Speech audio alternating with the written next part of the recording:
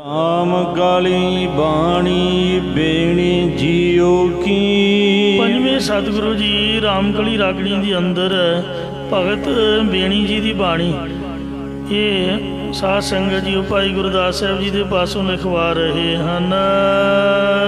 ਇੱਕੋ ਓੰਕਾਰ ਪਹਿਲਾਂ ਮੰਗਲ ਕਰਦੇ ਨੇ ਇੱਕ ਅਦੁੱਤੀ ਪਰਮੇਸ਼ਰ ਓੰਕਾਰ ਸਰਬ ਦਾ ਪ੍ਰਕਾਸ਼ਕ ਜੋ ਸਤਿਗੁਰਾਂ ਦੀ ਕਿਰਪਾ ਬਖਸ਼ਿਸ਼ ਦੁਆਰਾ ਪ੍ਰਾਪਤ ਹੁੰਦਾ ਹੈ। ਸਤਿਗੁਰ ਪ੍ਰਸਾਦ ਸਤ ਚਿਤ ਆਨੰਦ ਰੂਪ ਬ੍ਰਹਮ ਸਤਿਗੁਰੂ ਦੀ ਕਿਰਪਾ ਦੁਆਰਾ ਪ੍ਰਾਪਤ ਹੁੰਦਾ ਹੈ।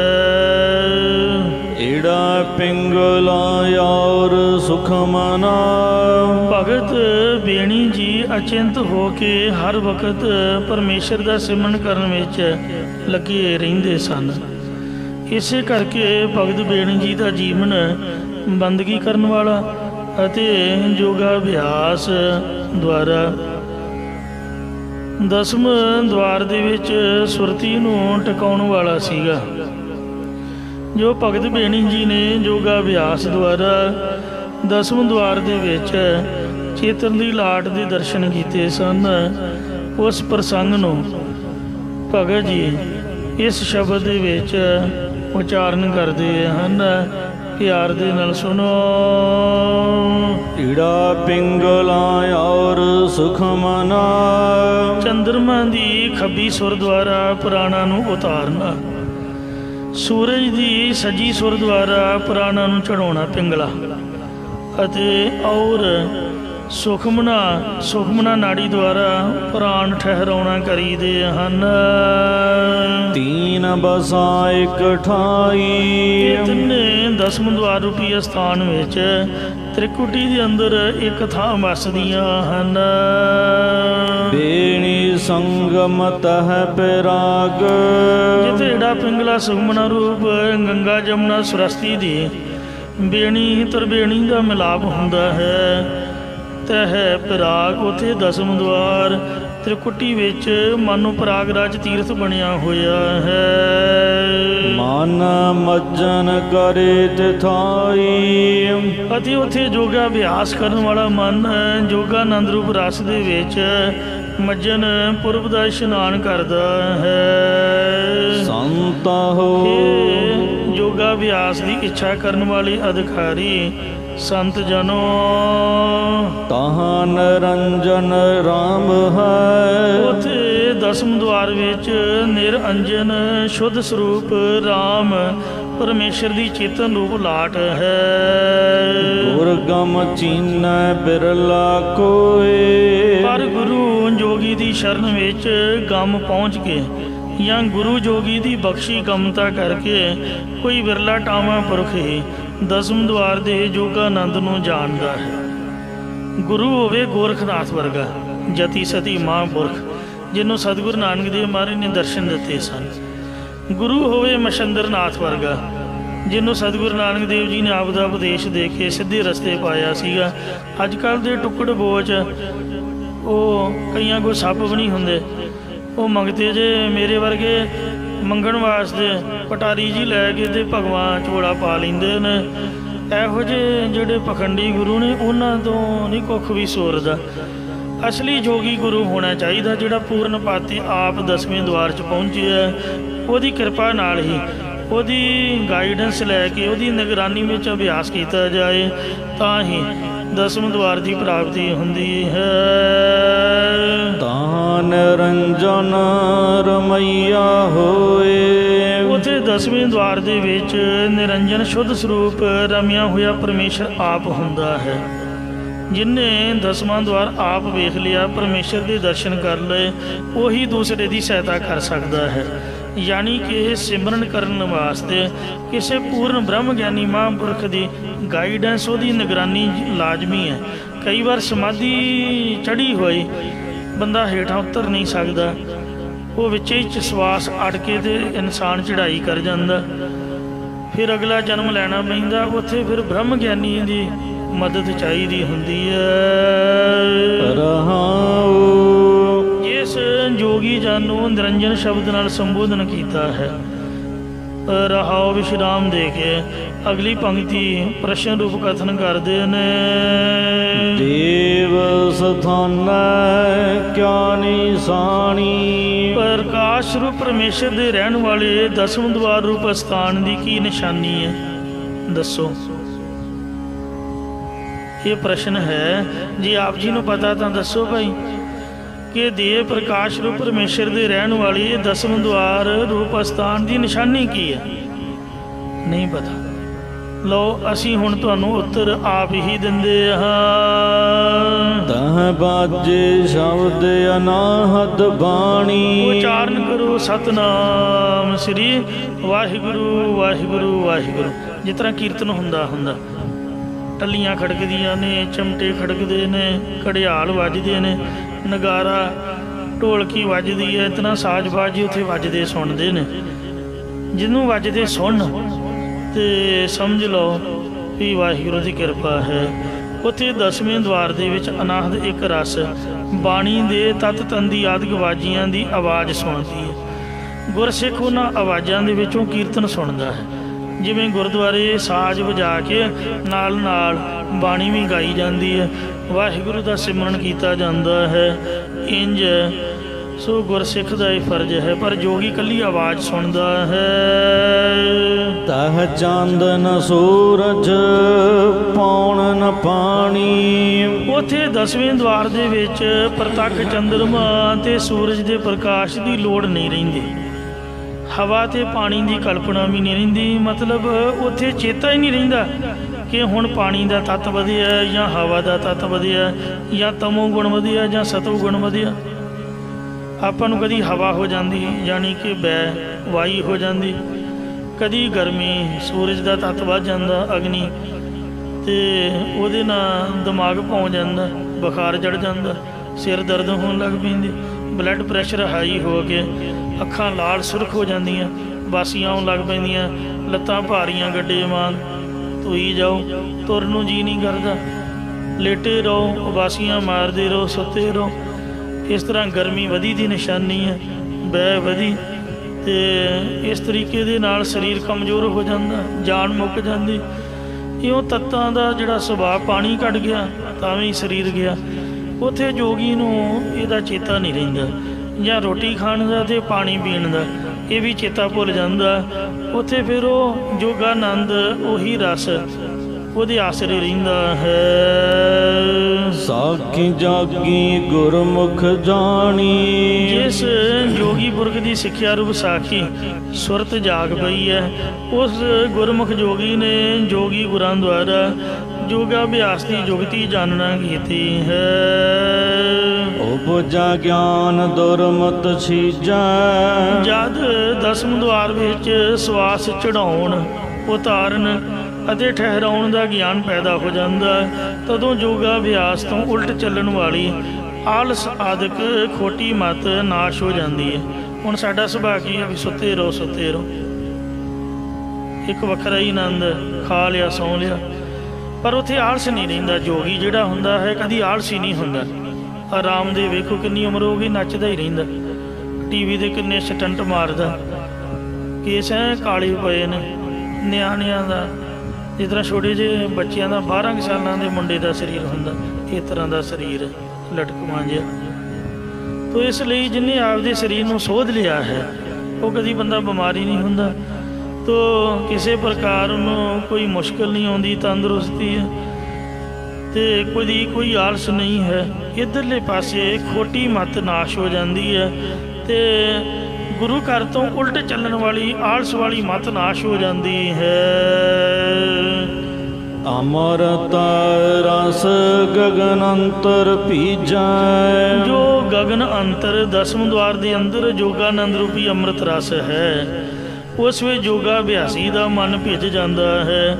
ਜਾਂ ਜੋ ਦਸਮ ਦੁਆਰ ਹੈ ਇਹ ਅੰਦਰੋਂ ਜੋਗਾਨੰਦ ਤੇ ਅੰਮ੍ਰਿਤ ਰਸ ਵਿੱਚ ਭਿੱਜ ਜਾਂਦਾ ਹੈ।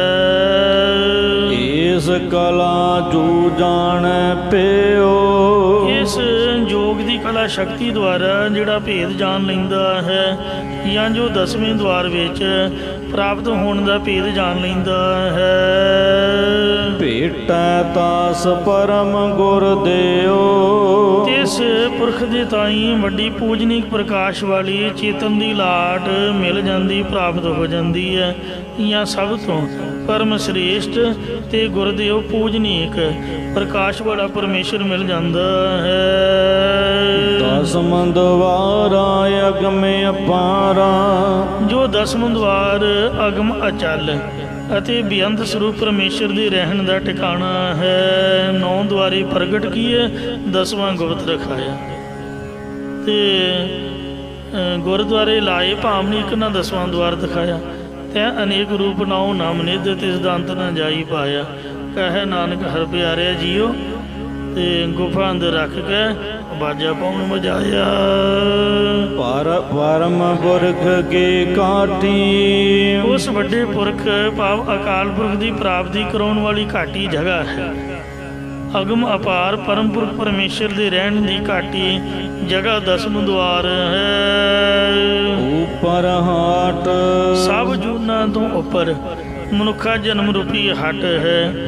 ਇਸ ਮਨੁੱਖਾ ਜਨਮ ਰੂਪੀ ਹਾਟ ਪਰ ਆਲਾ, ਹੱਟ ਦੇ ਪਰ ਉੱਤੇ 10ਵਾਂ ਦੁਆਰ ਰੂਪ ਆਲਾ ਹੈ। ਅਤੇ ਆਲੇ ਭੀਤਰ ਥਾਤੀ, ਇਸ 10ਵਾਂ ਦੁਆਰ ਰੂਪੀ ਆਲੇ ਦੇ ਭੀਤਰ ਵਿੱਚ ਚੇਤਨ ਦੀ ਲਾਟ ਜਾਂ ਜੋਗਾਨੰਦ ਰੂਪ ਥਾਤੀ ਥੈਲੀ ਰੱਖੀ ਹੋਈ ਹੈ। ਇਸੇ ਪ੍ਰਕਾਰ ਸੋ ਪ੍ਰਮਾਣ ਕਰਦੇ ਨੇ। ਉਪਰ ਹਾਟ, 9 ਗੋਲਕਾਂ ਦੇ ਉੱਪਰ 10ਵਾਂ ਦੁਆਰ ਰੂਪੀ ਹੱਟ ਹੈ। ਹਾਟ ਪਰ ਆਲਾ, ਇਸ 10ਵੇਂ ਦੁਆਰ ਰੂਪੀ ਹੱਟ ਦੇ ਉੱਪਰ ਯੋਗਾ ਅਭਿਆਸ ਦਾ ਗਿਆਨ ਰੂਪ ਆਲਾ ਹੈ। ਆਲੇ ਭੀਤਰ ਥਾਤੀ, ਔਰ ਇਸ ਆਲੇ ਵਿੱਚ ਚੇਤਨ ਦੀ ਲਾਟ ਰੂਪ ਥੈਲੀ ਹੈ। ਜਾਗਤ ਰਹੈ, ਜਿਹੜਾ ਪੁਰਖ ਯੋਗਾ ਅਭਿਆਸ ਕਰਨ ਵਾਸਤੇ ਹਰ ਵਕਤ ਜਾਗਦਾ ਰਹਿੰਦਾ ਹੈ, ਸੋ ਕਬਹੁ ਨਾ ਸੋਵੈ, ਉਹ ਕਦੇ ਵੀ ਸੌਂਦਾ ਨਹੀਂ, ਆਲਸ ਨਹੀਂ ਕਰਦਾ ਹੈ। ਤੀਨ ਤਲੋਕਾ, ਉਹ 3 ਏੜਾ ਪਿੰਗਲਾ ਸੁਖਮਨਾ ਤੇ 3 ਲੋਕ ਜਾਂ ਤ੍ਰਿਕੁਟੀ ਅਤੇ ਤ੍ਰਿਲੋਕੀ ਨੂੰ ਸਮਾਦ ਪਲੋਵੈ, ਸਮਾਧੀ ਵਿੱਚ ਸਥਿਤ ਹੋ ਕੇ ਪਲੋਵੈ ਲੈ ਕਰ ਦਿੰਦਾ ਹੈ। ਬੀਜ ਮੰਤਰ ਲੈ, ਯੋਗਾ ਅਭਿਆਸੀ ਪੁਰਖ ਓੰ ਸੋਹੰਗ ਰੂਪ ਬੀਜ ਮੰਤਰ ਨੂੰ ਲੈ ਕੇ ਹਿਰਦੈ ਰਹੈ, ਹਿਰਦੇ ਦੇ ਵਿੱਚ ਅਸਥਿਤ ਰਹਿੰਦਾ ਰੱਖਦਾ ਹੈ। ਮਨੁ ਆਇ ਉਲਟ, ਸੰਸਾਰ ਵੱਲੋਂ ਮਨ ਨੂੰ ਉਲਟਾ ਕੇ ਸੁਨ ਮੈਂ ਗਹੈ, ਅਫੁਰ 10ਵਾਂ ਦੁਆਰ ਵਿੱਚ ਪਕੜਦਾ, ਭਾਵ ਇਸ ਲਈ ਪਕੜਦਾ ਕਿ ਮਨ ਹੋਰ ਕਿਸੇ ਗੋਲਕ ਵਿੱਚ ਨਾ ਲੱਗੇ। 10ਵੇਂ ਦੁਆਰ ਵਿੱਚ ਗ੍ਰਹਿਣ ਕਰਦਾ ਹੈ। ਜਾਗਤ ਰਹੈ, ਉਹ ਯੋਗਾ ਅਭਿਆਸੀ ਹਰ ਵਕਤ ਜਾਗਦਾ ਰਹਿੰਦਾ ਹੈ। ਨਾ ਅਲੀਆ ਭਾਖੈ, ਪਰ ਕਦੇ ਵੀ ਆਪਦੇ ਮੂੰਹ ਤੋਂ ਝੂਠ ਨਹੀਂ ਬੋਲਦਾ ਕਿ ਮੈਨੂੰ ਤਾਂ 3 ਲੋਕਾਂ ਦੀ ਸੋਝੀ ਹੈ ਜੀ, ਮੈਂ ਤਾਂ ਹੁਣੇ ਸਵਰਗਾਂ 'ਚੋਂ ਆਇਆ ਜੀ। ਜਿਵੇਂ ਲਾਹੌਰ ਦੇ ਇੱਕ ਜੋਗੀ ਨੇ ਝੂਠ ਬੋਲਿਆ ਸੀਗਾ, ਮਹਾਰਾਜ ਨੇ ਸੰਦੂਕੜੀ ਚੁਕਾ ਕੇ ਪੇਟ ਪਿੱਛੇ ਰਖਾਤੀ, ਮੁੜ ਕੇ ਲੱਭੇ ਪਏ। ਫਿਰ ਮਹਾਰਾਜ ਕਹਿੰਦੇ ਦੱਸ ਬਈ 3 ਲੋਕ ਕਿੱਥੇ ਗਏ? ਸੰਦੂਕੜੀ ਵੀ 3 ਲੋਕਾਂ 'ਚ ਹੀ ਆ। ਉਹ ਮੂਰਖਾ, ਪਿੱਠ ਪਿੱਛੇ ਸੰਦੂਕੜੀ ਤੈਨੂੰ ਦੇਖਦੀ ਨਹੀਂ, ਗੱਲਾਂ ਮਾਰਦਾ 3 ਲੋਕਾਂ ਦੀਆਂ। ਚੱਲ ਉੱਠ, ਤਾਂ ਕਾਹਦੇ ਲਈ ਪਖੰਡ ਕਰਦਾ? ਪੈਸੇ ਲਈ? ਤੇਰੇ ਥੱਲੇ 7 ਪਾਤਸ਼ਾਹੀਆਂ ਦਾ ਖਜ਼ਾਨਾ ਦੱਬਿਆ ਪਿਆ। ਕਹਿੰਦਾ ਜੀ ਮਾਫ਼ ਕਰੋ, ਉਪਦੇਸ਼ ਦਿਓ। ਗੁਰੂ ਜੀ ਨੇ ਧਨਾਸਰੀ ਮਹੱਲਾ ਪਹਿਲਾ ਧਨਾਸਰੀ ਰਾਗ ਦੇ ਵਿੱਚ ਉਪਦੇਸ਼ ਦਿੱਤਾ। ਕਾਲ ਨਾਹੀ ਜੋਗ ਨਾਹੀ, ਨਾਹੀ ਸਤ ਕਾ ਢਬ, ਥਾ ਨਸ਼ਟ ਜਗ ਭ੍ਰਿਸ਼ਟ ਹੋਏ, ਡੂਬਦਾ ਇੱਕ ਜਗ। ਕਲ ਮੈਂ ਰਾਮ ਨਾਮ ਸਾਰ, ਅੱਖੀ ਤਾਂ ਮਿਟੈ ਨਾਕ ਪਕੜੈ, ਠੱਗਣ ਕੋ ਸੰਸਾਰ। ਸੰਸਾਰ ਨੂੰ ਠੱਗਣ ਲਈ ਤੂੰ ਝੂਠ ਬੋਲਦਾ ਬਈ। ਮੈਨੂੰ ਆਹ ਦਿਖਦਾ ਤੇ ਉਹ ਦਿਖਦਾ। ਇਉਂ ਅਸਲੀ ਜੋਗੀ ਕਦੀ ਮੂੰਹ ਝੂਠ ਨਹੀਂ ਬੋਲਦਾ। ਪਾਂਚੋ ਇੰਦਰੀ ਬਸ ਕਰ ਰਾਖੈ। ਉਹ ਜੋਗਾ ਅਭਿਆਸੀ ਪੁਰਖ ਪੰਜ ਗਿਆਨ ਇੰਦਰੀਆਂ ਨੂੰ ਵਿਸ਼ਿਆਂ ਵੱਲ ਜਾਣ ਤੋਂ ਰੋਕਣ ਲਈ ਆਪਣੇ ਕਾਬੂ ਕਰਕੇ ਰੱਖਦਾ ਹੈ। ਗੁਰ ਕੀ ਸਾਖੀ ਰਾਖੈ ਚੀਤ। ਜੋਗੀ ਗੁਰੂ ਦੀ ਪ੍ਰਾਣਾਯਾਮ ਕਰਨ ਰੂਪ ਦਿੱਤੀ ਹੋਈ ਸਿੱਖਿਆ ਨੂੰ ਆਪਣੇ ਚਿੱਤ ਹਿਰਦੇ 'ਚ ਵਸਾ ਕੇ ਰੱਖਦਾ ਹੈ। ਮਨ ਤਨ ਅਰਪੈ ਕ੍ਰਿਸ਼ਨ ਪ੍ਰੀਤ। ਸਾਖੀ ਚੇਤਨ ਕ੍ਰਿਸ਼ਨ ਪਰਮੇਸ਼ਰ ਦੀ ਪ੍ਰੀਤੀ ਵਿੱਚ ਆਪਣੇ ਮਨ ਅਤੇ ਤਨ ਨੂੰ ਅਰਪਣਾ ਕਰਦਾ ਹੈ। ਕਾਰ ਪੱਲਵ ਸਾਖਾਂ ਵਿਚਾਰੇ। ਫਿਰ ਦਸਮ ਦੁਆਰ ਦੇ ਸਹੰਸਰ ਦਲ ਰੂਪ ਕਮਲ ਦੇ ਪੱਤਰਿਆਂ ਦਾ ਅਤੇ ਸੂਖਮ ਸਥੂਲ ਨਾੜੀਆਂ ਰੂਪ ਟਾਹਣੀਆਂ ਦਾ ਵਿਚਾਰ ਕਰਦਾ ਹੈ। ਜਾਂ 6 ਚੱਕਰਾਂ ਰੂਪ ਪੱਤਰੇ ਪਾਸੇ ਕਰਕੇ ਸੂਖਮ ਸਥੂਲ ਨਾੜੀਆਂ ਰੂਪ ਟਾਹਣੀਆਂ ਦਾ ਨਿਰਣਾ ਕਰਦਾ ਹੈ। ਆਪਣਾ ਜਨਮ ਨਾ ਜੂਐ ਹਾਰੇ। ਉਹ ਜੋਗੀ ਪੁਰਖ ਆਪਣਾ ਮਨੁੱਖਾ ਜਨਮ ਵਿਸ਼ੇ ਰੂਪ ਜੂਏ ਦੇ ਵਿੱਚ ਹਾਰਦਾ ਨਹੀਂ ਹੈ। ਅਸੁਰ ਨਦੀ ਕਾ ਬੰਦਾ ਮੂਲ। ਅਸੁਰ ਨਦੀ ਭਾਵ ਅਪਾਨ ਵਾਯੂ ਦਾ ਮੂਲ ਚੱਕਰ ਦੁਆਰਾ ਬੰਨਣਾ ਰੋਕਣਾ ਕਰਦਾ ਹੈ। ਜਾਂ ਅਪਾਨ ਵਾਯੂ ਦਾ ਟਿਕਾਣਾ ਜੋ ਗੋਦਾ ਵਿੱਚ ਮੂਲਾ ਚੱਕਰ ਹੈ ਉਸ ਨੂੰ ਅੱਡੀ ਬੰਦ ਦੁਆਰਾ ਬੰਨਣਾ ਰੋਕਣਾ ਕਰਦਾ ਹੈ। ਅਤੇ ਪੱਛਮ ਫੇਰ ਚੜਾਵੈ ਸੂਰ। ਪੱਛਮ ਲੈਂਦੇ ਪਿਛਲੇ ਪਾਸੇ ਪਿੱਠ ਦੀ ਤਰਫ ਫੇਰ ਕੇ ਭਾਵ ਮੂਲ ਦੁਆਰੇ ਤੋਂ ਹਟਾ ਕੇ ਚੜਾਵੇ ਸੂਰਜ ਦੀ ਸੁਰ ਦੁਆਰਾ ਪ੍ਰਾਣਾਂ ਨੂੰ ਦਸਮ ਦੁਆਰ ਦੇ ਵਿੱਚ ਚੜਾਉਣਾ ਕਰਦਾ ਹੈ। ਤੋ ਇਸ ਤਰ੍ਹਾਂ ਅਜਰ ਜਰੈ ਸੋ ਨਿਜਰ ਚਰੈ। ਜਿਹੜਾ ਜੋਗੀ ਬਣ ਕੇ ਜਰਨ ਤੋਂ ਰਹਿਤ ਸਵਾਸਾਂ ਨੂੰ ਰੋਕ ਲੈਂਦਾ ਉਸ ਨੂੰ ਇੱਕ ਰਸ ਜੋਗਾਨੰਦ ਦਾ ਝਰਨਾ ਝਰਦਾ ਹੈ। ਜਗਨਨਾਥ ਸਿਉ ਗੋਸਟ ਕਰੈ। ਫਿਰ ਜੋਗੀ ਪੁਰਖ ਜਗਨਨਾਥ ਪਰਮੇਸ਼ਰ ਦੀ ਚੇਤਨ ਰੂਪ ਲਾਟ ਨਾਲ ਧਿਆਨ ਦੁਆਰਾ ਗੋਸ਼ਟ ਚਰਚਾ ਭਾਵ ਪ੍ਰਸ਼ਨ ਉੱਤਰ ਕਰਦਾ ਅਤੇ ਪ੍ਰਸ਼ਨ ਦਾ ਉੱਤਰ ਅੰਦਰੋਂ ਹੀ ਉਹਨੂੰ ਮਿਲਦਾ ਰਹਿੰਦਾ ਹੈ। ਚੌਮੁਖ ਦੀਵਾ ਜੋਤ ਦਵਾਰ। ਚਾਰ ਮੂੰਹ ਵਾਲੇ ਦੀਵੇ ਦੀ ਤਰ੍ਹਾਂ ਦਸਵੇਂ ਦੁਆਰ ਦੇ ਵਿੱਚ ਚੇਤਨ ਦੀ ਲਾਟ ਦਾ ਪ੍ਰਕਾਸ਼ ਹੈ।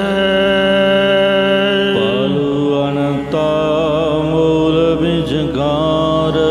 ਸਹੰਸਰ ਦਲ ਕਮਲ ਦੇ ਪੱਲੂ ਪੱਤਿਆਂ ਨੂੰ ਜਾਂ ਪੰਜਾਂ ਕੋਸ਼ਾਂ ਰੂਪ ਪੱਤਰੀਆਂ ਨੂੰ ਅਨੰਤ ਲਾਂਭੇ ਕਰਕੇ ਦਸਵੇਂ ਦੁਆਰ ਦੇ ਵਿੱਚ ਮੂਲ ਰੂਪ ਡੋਡੀ ਅੰਦਰ ਧਿਆਨ ਨੂੰ ਟਿਕਾਉਣਾ ਕਰਦਾ ਹੈ। ਇਸੇ ਪ੍ਰਕਾਰ ਪਾਲੂ ਅਨੰਤਾ ਮੂਲ ਵਿਚਕਾਰ। ਅਨੰਤ ਪੱਤਰੀਆਂ ਵਾਲਾ ਕਮਲ ਹੈ ਅਤੇ ਉਸ ਦੇ ਵਿਚਕਾਰ ਮੂਲ ਰੂਪ ਪਰਮੇਸ਼ਰ ਹੈ। ਜਾਂ ਮੂਲ ਰੂਪ ਚੇਤਨ ਦੀ ਲਾਟ ਹੈ। ਜਾਂ ਪੱਤਿਆਂ ਵੱਲੋਂ ਬਿਰਤੀ ਨੂੰ ਅਨੰਤ ਹਟਾ ਕੇ ਵਿਚਕਾਰ ਜੋ ਮੂਲ ਰੂਪ ਸਾਖੀ ਚੇਤਨ ਹੈ ਉਸ ਵਿੱਚ ਚਿੱਤ ਦੀ ਬਿਰਤੀ ਲਗਾਉਣਾ ਕਰਦਾ ਹੈ। ਸਰਬ ਕਲਾ ਲੈ ਆਪੇ ਰਾਹੈ। ਜੋਗੀ ਪੁਰਖ ਸਾਰੀਆਂ ਖੰਡ ਬ੍ਰਹਮੰਡ ਆਦਿਕ ਰਚਨ ਦੀਆਂ ਕਲਾ ਸ਼ਕਤੀਆਂ ਲੈ ਕੇ ਆਪਣੇ ਆਤਮਿਕ ਸਰੂਪ ਦੀ ਵਿਚਾਰ ਕਰਨ ਦੇ ਵਿੱਚ ਹੀ ਜੁੜਿਆ ਰਹਿਣਾ ਚਾਹੀਦਾ ਹੈ। ਮਨ ਮਾਨਕ ਰਤਨ ਮਹੰਗੋ ਹੈ। ਅਤੇ ਮਾਨਕਵਤ ਮਨ ਨੂੰ ਪਰਮੇਸ਼ਰ ਦੇ ਨਾਮ ਜਪ ਕਰਕੇ ਸ਼ੁੱਧ ਕਰਕੇ ਰਤਨਾਂ ਵਰਗੇ ਅਮੋਲਕ ਸਵਾਸਾਂ ਨੂੰ ਪ੍ਰਾਣਾਯਾਮ ਦੇ ਵਿੱਚ ਗੁੰਦ ਕੇ ਰੱਖਣਾ ਕਰੇ।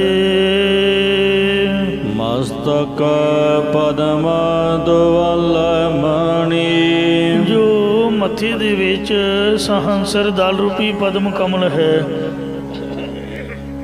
ਜਾਂ ਮਸਤਕ ਸ਼੍ਰੋਮਣੀ ਦਸਮ ਦੁਆਰ ਰੂਪ ਕਮਲ ਫੁੱਲ ਹੈ। ਇਸ ਦੇ ਆਲੇ ਦੁਆਲੇ ਮਿੱਝ ਦੀਆਂ ਬੋਟੀਆਂ ਰੂਪ ਮਣੀਆਂ ਚਮਕਦੀਆਂ ਪਈਆਂ ਹਨ।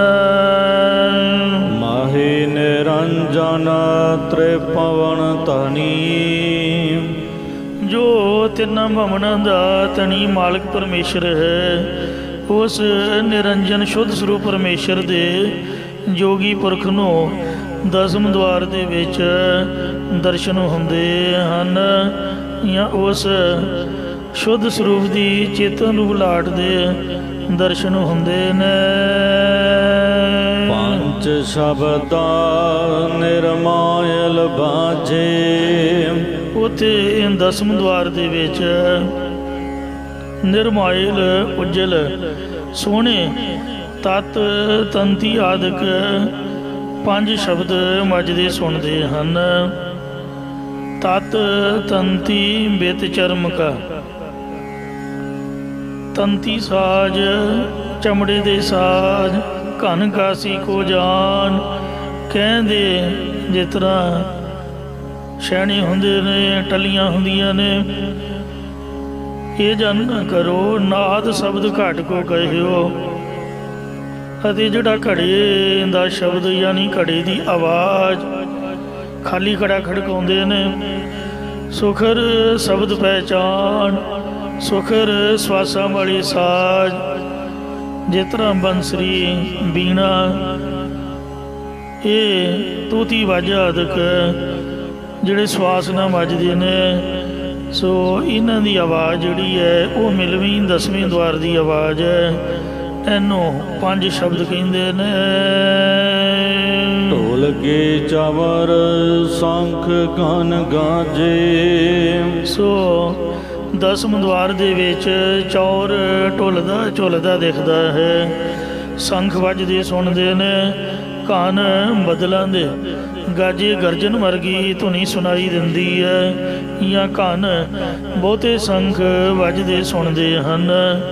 ਅਰਥਾਤ ਜਿਵੇਂ ਸਰਦੀ ਦੇ ਮੌਸਮ ਵਿੱਚ ਮੂੰਹੋਂ ਸਵਾਸ ਬਾਹਰ ਨੂੰ ਕੱਢਦੇ ਹਾਂ ਤਾਂ ਬਾਹਰ ਨਿਕਲਣ ਵਾਲੀ ਸਵਾਸ ਧੁੰਦ ਵਾਂਗ ਚਿੱਟੇ ਜਿਹੇ ਦਿਖਦੇ ਨੇ, ਇਸੇ ਪ੍ਰਕਾਰ ਦਸਮ ਦੁਆਰ ਵਿੱਚ ਜਦੋਂ ਜੋਗੀ ਜਨ ਸਵਾਸ ਚੜ੍ਹਾਉਂਦੇ ਨੇ ਤਾਂ ਸਵਾਸ ਚੌਰਾਂ ਦੀਆਂ ਤਾਰਾਂ ਵਾਂਗ ਚਮਕਦੇ ਪ੍ਰਤੀਤ ਹੁੰਦੇ ਹਨ। ਅਤੇ ਯੋਗਾ ਅਭਿਆਸੀ ਸਮਝਦਾ ਹੈ ਕਿ ਚੌਰ ਝੁੱਲ ਰਹੀ ਹੈ, ਇਉਂ ਢੁੱਲ ਕੇ ਚੌਰ ਝੁੱਲ ਰਿਹਾ ਹੈ, ਅਤੇ ਹਵਾ ਰੁਕ ਕੇ ਨਾੜਾਂ ਰਾਹੀਂ ਦਸਮ ਦੁਆਰ ਨੂੰ ਨਿਕਲਦੀ ਹੈ। ਉਹ ਜਿਵੇਂ ਸ਼ੰਖ ਵੱਜਦਾ ਹੁੰਦਾ ਹੈ, ਨੱਕ ਚੋਂ ਵੀ ਸੀਟੀ ਜਿਹੀ ਵੱਜਦੀ ਕਈ ਵਾਰੀ ਸੁਣਦੀ ਹੈ। ਸੋ ਇਉਂ ਸਵਾਸਾਂ ਦੀ ਜਦ ਹਵਾ ਰੁਕ ਕੇ ਨਾੜਾਂ ਰਾਹੀਂ ਦਸਮ ਦੁਆਰ ਨੂੰ ਨਿਕਲਦੀ ਹੈ, ਉਹ ਸ਼ੰਖ ਵੱਜਦਾ ਪ੍ਰਤੀਤ ਹੁੰਦਾ ਹੈ। ਇਉਂ ਉਸ ਦੀ ਗਰਜ ਪੈਂਦੀ ਹੈ, ਅਤੇ ਫਿਰ ਜਿਹੜੀ ਇਕੱਠੀ ਦਮਕ ਪੈਂਦੀ ਹੈ ਉਹ ਮਾਨੋਂ ਬੱਦਲ ਗਰਜਦਾ ਹੈ। ਦਾਲ ਮਲ ਦਤੋ ਗੁਰਮੁਖ ਗਿਆਨ, ਜਿਸ ਨੇ ਥੱਲੇ ਨੂੰ ਜਾਂਦੇ ਸਵਾਸਾਂ ਰੂਪ ਦੈਂਤਾਂ ਦੇ ਦਲ ਨੂੰ ਮਲ ਦਿੱਤਾ ਹੈ, ਭਾਵ ਰੋਕ ਲਿਆ ਹੈ, ਉਸ ਗੁਰਮੁਖ ਜੋਗੀ ਨੂੰ ਦਸਮ ਦੁਆਰ ਦਾ ਗਿਆਨ ਪ੍ਰਾਪਤ ਹੁੰਦਾ ਹੈ। ਬੇਣੀ ਜਾਚੈ ਤੇਰਾ ਨਾਮ, ਭਗਤ ਬੇਣੀ ਜੀ ਪਰਮੇਸ਼ਰ ਦੇ ਸਨਮੁਖ ਬੇਨਤੀ ਕਰਦਿਆਂ ਕਥਨ ਕਰਦੇ ਨੇ ਕਿ ਇਹ ਪਰਮੇਸ਼ਰ ਯੋਗ ਅਭਿਆਸ ਕਰਨ ਦੀ ਯੋਗਤੀ ਨੂੰ ਪਾ ਕੇ ਫਿਰ ਵੀ ਮੈਂ ਤੇਰਾ ਨਾਮ ਹੀ ਅੰਮ੍ਰਿਤ ਮੰਗਦਾ ਹਾਂ, ਭਾਵ ਹਰ ਵਕਤ ਤੇਰੇ ਨਾਮ ਦੇ ਵਿੱਚ ਚਿੱਤ ਜੁੜਿਆ ਰਹੇ। ਜਾਚਕ ਜਨ ਜਾਚੈ ਪ੍ਰਭ ਦਾਨ, ਕਰ ਕਿਰਪਾ ਦੇਵੋ ਹਰ ਨਾਮ। ਮੈਂ ਮੰਗਤਾ ਤੇਰੇ ਦਰ ਦੇ ਉੱਪਰ ਭੀਖ ਮੰਗਦਾ ਹਾਂ, ਕਿਰਪਾ ਕਰ ਮੈਨੂੰ ਮਹਾਰਾਜ ਨਾਮ ਦਾ ਦਾਨ ਬਖਸ਼ਿਸ਼ ਕਰਨਾ ਕਰ। ਕਰਤਾ ਤੂੰ ਮੇਰਾ ਜਜਮਾਨ, ਇੱਕ ਦਖਣਾ ਹਉ ਤੈ ਪੈ ਮੰਗੋ, ਦੇਹ ਆਪਣਾ ਨਾਮ। ਤੇਰੇ ਨਾਮ ਦੀ ਦਕਸ਼ਨਾ ਮੈਂ ਤੇਰੇ ਚਰਨ ਕਮਲਾਂ ਪਾਸੋਂ ਹੇ ਵਾਹਿਗੁਰੂ ਮੰਗਦਾ, ਕਿਰਪਾ ਕਰਕੇ ਵਿਸਰ ਨਾਹੀਂ ਦਾਤਾਰ ਆਪਣਾ ਨਾਮ ਦੇਹੋ, ਗੁਣ ਗਾਵਾਂ ਦਿਨ ਰਾਤ ਨਾਨਕ ਚਾਓ ਇਹੋ। ਮੇਰੇ ਮਨ ਦੇ ਵਿੱਚ ਇਹੀ ਚਾਹ ਹੈ ਕਿ ਨਾਮ ਨਾ ਵਿਸਰੈ, ਨਾਮ ਨਾ ਵਿਸਰੈ, ਮੈਨੂੰ ਕਦੀ ਵੀ ਤੇਰਾ ਨਾਮ ਭੁੱਲੇ ਨਾ, ਹਰ ਹਮੇਸ਼ਾ ਹੀ ਤੇਰੇ ਗੁਣਾਂ ਨੂੰ ਮੈਂ ਗਾਉਂਦਾ ਰਹਾਂ ਜੀ। ਸਾਧ ਸੰਗਤ ਜੀਓ, ਭਗਤ ਬੇਣੀ ਜੀ ਨੇ ਇਸ ਪਾਵਨ ਸ਼ਬਦ ਦੀਆਂ 9 ਪੌੜੀਆਂ ਵਿੱਚ ਕਿਵੇਂ ਜੋਗੀ ਪੁਰਖ ਨੂੰ ਯੋਗਾ ਅਭਿਆਸ ਦੁਆਰਾ 10ਵੇਂ ਦੁਆਰ ਖੁੱਲ੍ਹਦਾ ਹੈ ਅਤੇ ਕਿਵੇਂ ਆਵਾਜ਼ਾਂ ਸੁਣਦੀਆਂ ਨੇ, ਕਿਸ ਪ੍ਰਕਾਰ ਰੌਸ਼ਨੀ ਵੇਖਦਾ ਹੈ, ਇਤਿਆਦਿਕ ਵਰਣਨ ਕੀਤਾ ਹੈ। ਜਿਹੜਾ ਪ੍ਰਤੱਖ ਯੋਗਾ ਅਭਿਆਸ ਹੈ ਉਹਦੇ ਤਰੀਕੇ ਨਾਲ। ਅਤੇ ਹੁਣ ਕਿਉਂਕਿ ਗੁਰਮਤਿ ਦਾ ਜੋ ਗਿਆਨ ਹੈ ਇਹ ਇਸ ਗੱਲ ਦੀ ਇਜਾਜ਼ਤ ਨਹੀਂ ਦਿੰਦਾ ਕਿ ਹਠ ਜੋੜ ਕੀਤਾ ਜਾਏ। ਹੁਣ ਗਿਆਨ ਯੋਗ ਦੀ ਪ੍ਰਾਪਤੀ ਬਾਬਤ ਕਥਨ ਕਰਦੇ ਨੇ। ਦੂਸਰਾ ਅੰਤਰੀ ਵਰਤ ਸਰਵਣ ਕਰੋ। ਪਹਿਲਾਂ ਰਾਹਾਉ ਵਾਲੀ ਪੰਕਤੀ ਤੋਂ ਅਰਥ ਪ੍ਰਾਰੰਭ ਹੋਵੇਗਾ ਤਾਂ ਹੀ ਵਿਵਸਥਾ ਸਹੀ ਚੱਲੇਗੀ। ਰਾਹਾਉ ਵਾਲੀ ਪੰਕਤੀ ਪਹਿਲਾਂ ਸਰਵਣ ਕਰੋ ਜੀ। ਦੇਵ ਸਥਾਨ ਕਿਆ ਨਿਸ਼ਾਨੀ, ਦੇਵ ਪ੍ਰਕਾਸ਼ ਰੂਪ ਪਰਮੇਸ਼ਰ ਦੀ ਪ੍ਰਾਪਤੀ ਵਾਲੇ ਸਤ ਸੰਗਤ ਰੂਪ ਸਥਾਨ ਦੀ ਨਿਸ਼ਾਨੀ ਕੀ ਹੈ? ਕਿਵੇਂ ਪਤਾ ਚੱਲੇ ਕਿ ਪ੍ਰਕਾਸ਼ ਰੂਪ ਪਰਮੇਸ਼ਰ ਦੀ ਪ੍ਰਾਪਤੀ ਵਾਲੀ ਸਤ ਸੰਗਤ ਦਾ ਇਹ ਸਥਾਨ ਹੈ? ਤਹ ਬਾਜੇ ਅਨਹਦ ਬਾਜੇ ਸ਼ਬਦ ਅਨਹਦ ਬਾਣੀ। ਤਾਂ ਉੱਤਰ ਬਖਸ਼ਦੇ ਨੇ ਆਪ ਹੀ। ਸਤ ਸੰਗਤ ਦੀ ਕੀ ਨਿਸ਼ਾਨੀ ਹੈ ਕਿ ਉਹ ਕਿਤੇ ਸਤ ਸੰਗਤ ਵਿੱਚ ਗੁਰਾਂ ਦੇ ਸ਼ਬਦ ਵੱਜਦੇ ਨੇ, ਯਾਨੀ ਆਸਾ ਦੀ ਵਾਰ ਦਾ ਕੀਰਤਨ ਹੁੰਦਾ ਹੈ ਅੰਮ੍ਰਿਤ ਵੇਲੇ, ਅਤੇ ਸ਼ਾਮ ਨੂੰ ਆਰਤੀ ਦਾ ਕੀਰਤਨ ਹੁੰਦਾ ਹੈ। ਸੋਦਰ ਦੀ ਚੌਂਕੀ ਲੱਗਦੀ ਹੈ, ਫਿਰ ਸੋਦਰ ਸ੍ਰੀ ਰਹਿਰਾ ਸਾਹਿਬ ਜੀ ਦਾ ਪਾਠ ਹੁੰਦਾ ਹੈ, ਔਰ ਉਸ ਤੋਂ ਬਾਅਦ ਆਰਤੀ ਦਾ ਕੀਰਤਨ ਹੁੰਦਾ ਹੈ। ਇਉਂ ਗੁਰਾਂ ਦੇ ਸ਼ਬਦ ਅਤੇ ਹੱਦ ਤੋਂ ਰਹਿਤ ਜਾਂ ਇੱਕ ਰਸ ਬਾਣੀ ਦਾ ਉਚਾਰਨ ਹੋ ਰਿਹਾ ਹੈ। ਹੁਣ ਪ੍ਰਾਰੰਭ ਤੋਂ ਆਪ ਅਰਥ ਸਰਵਣ ਕਰੋ। ਗੁਰਦੁਆਰਾ ਹਰ ਕੀਰਤਨ ਸੁਣੀਏ, ਸਤਿਗੁਰ ਭੇਟ ਹਰ ਜਸ ਮੁਖ ਬਣੀਏ।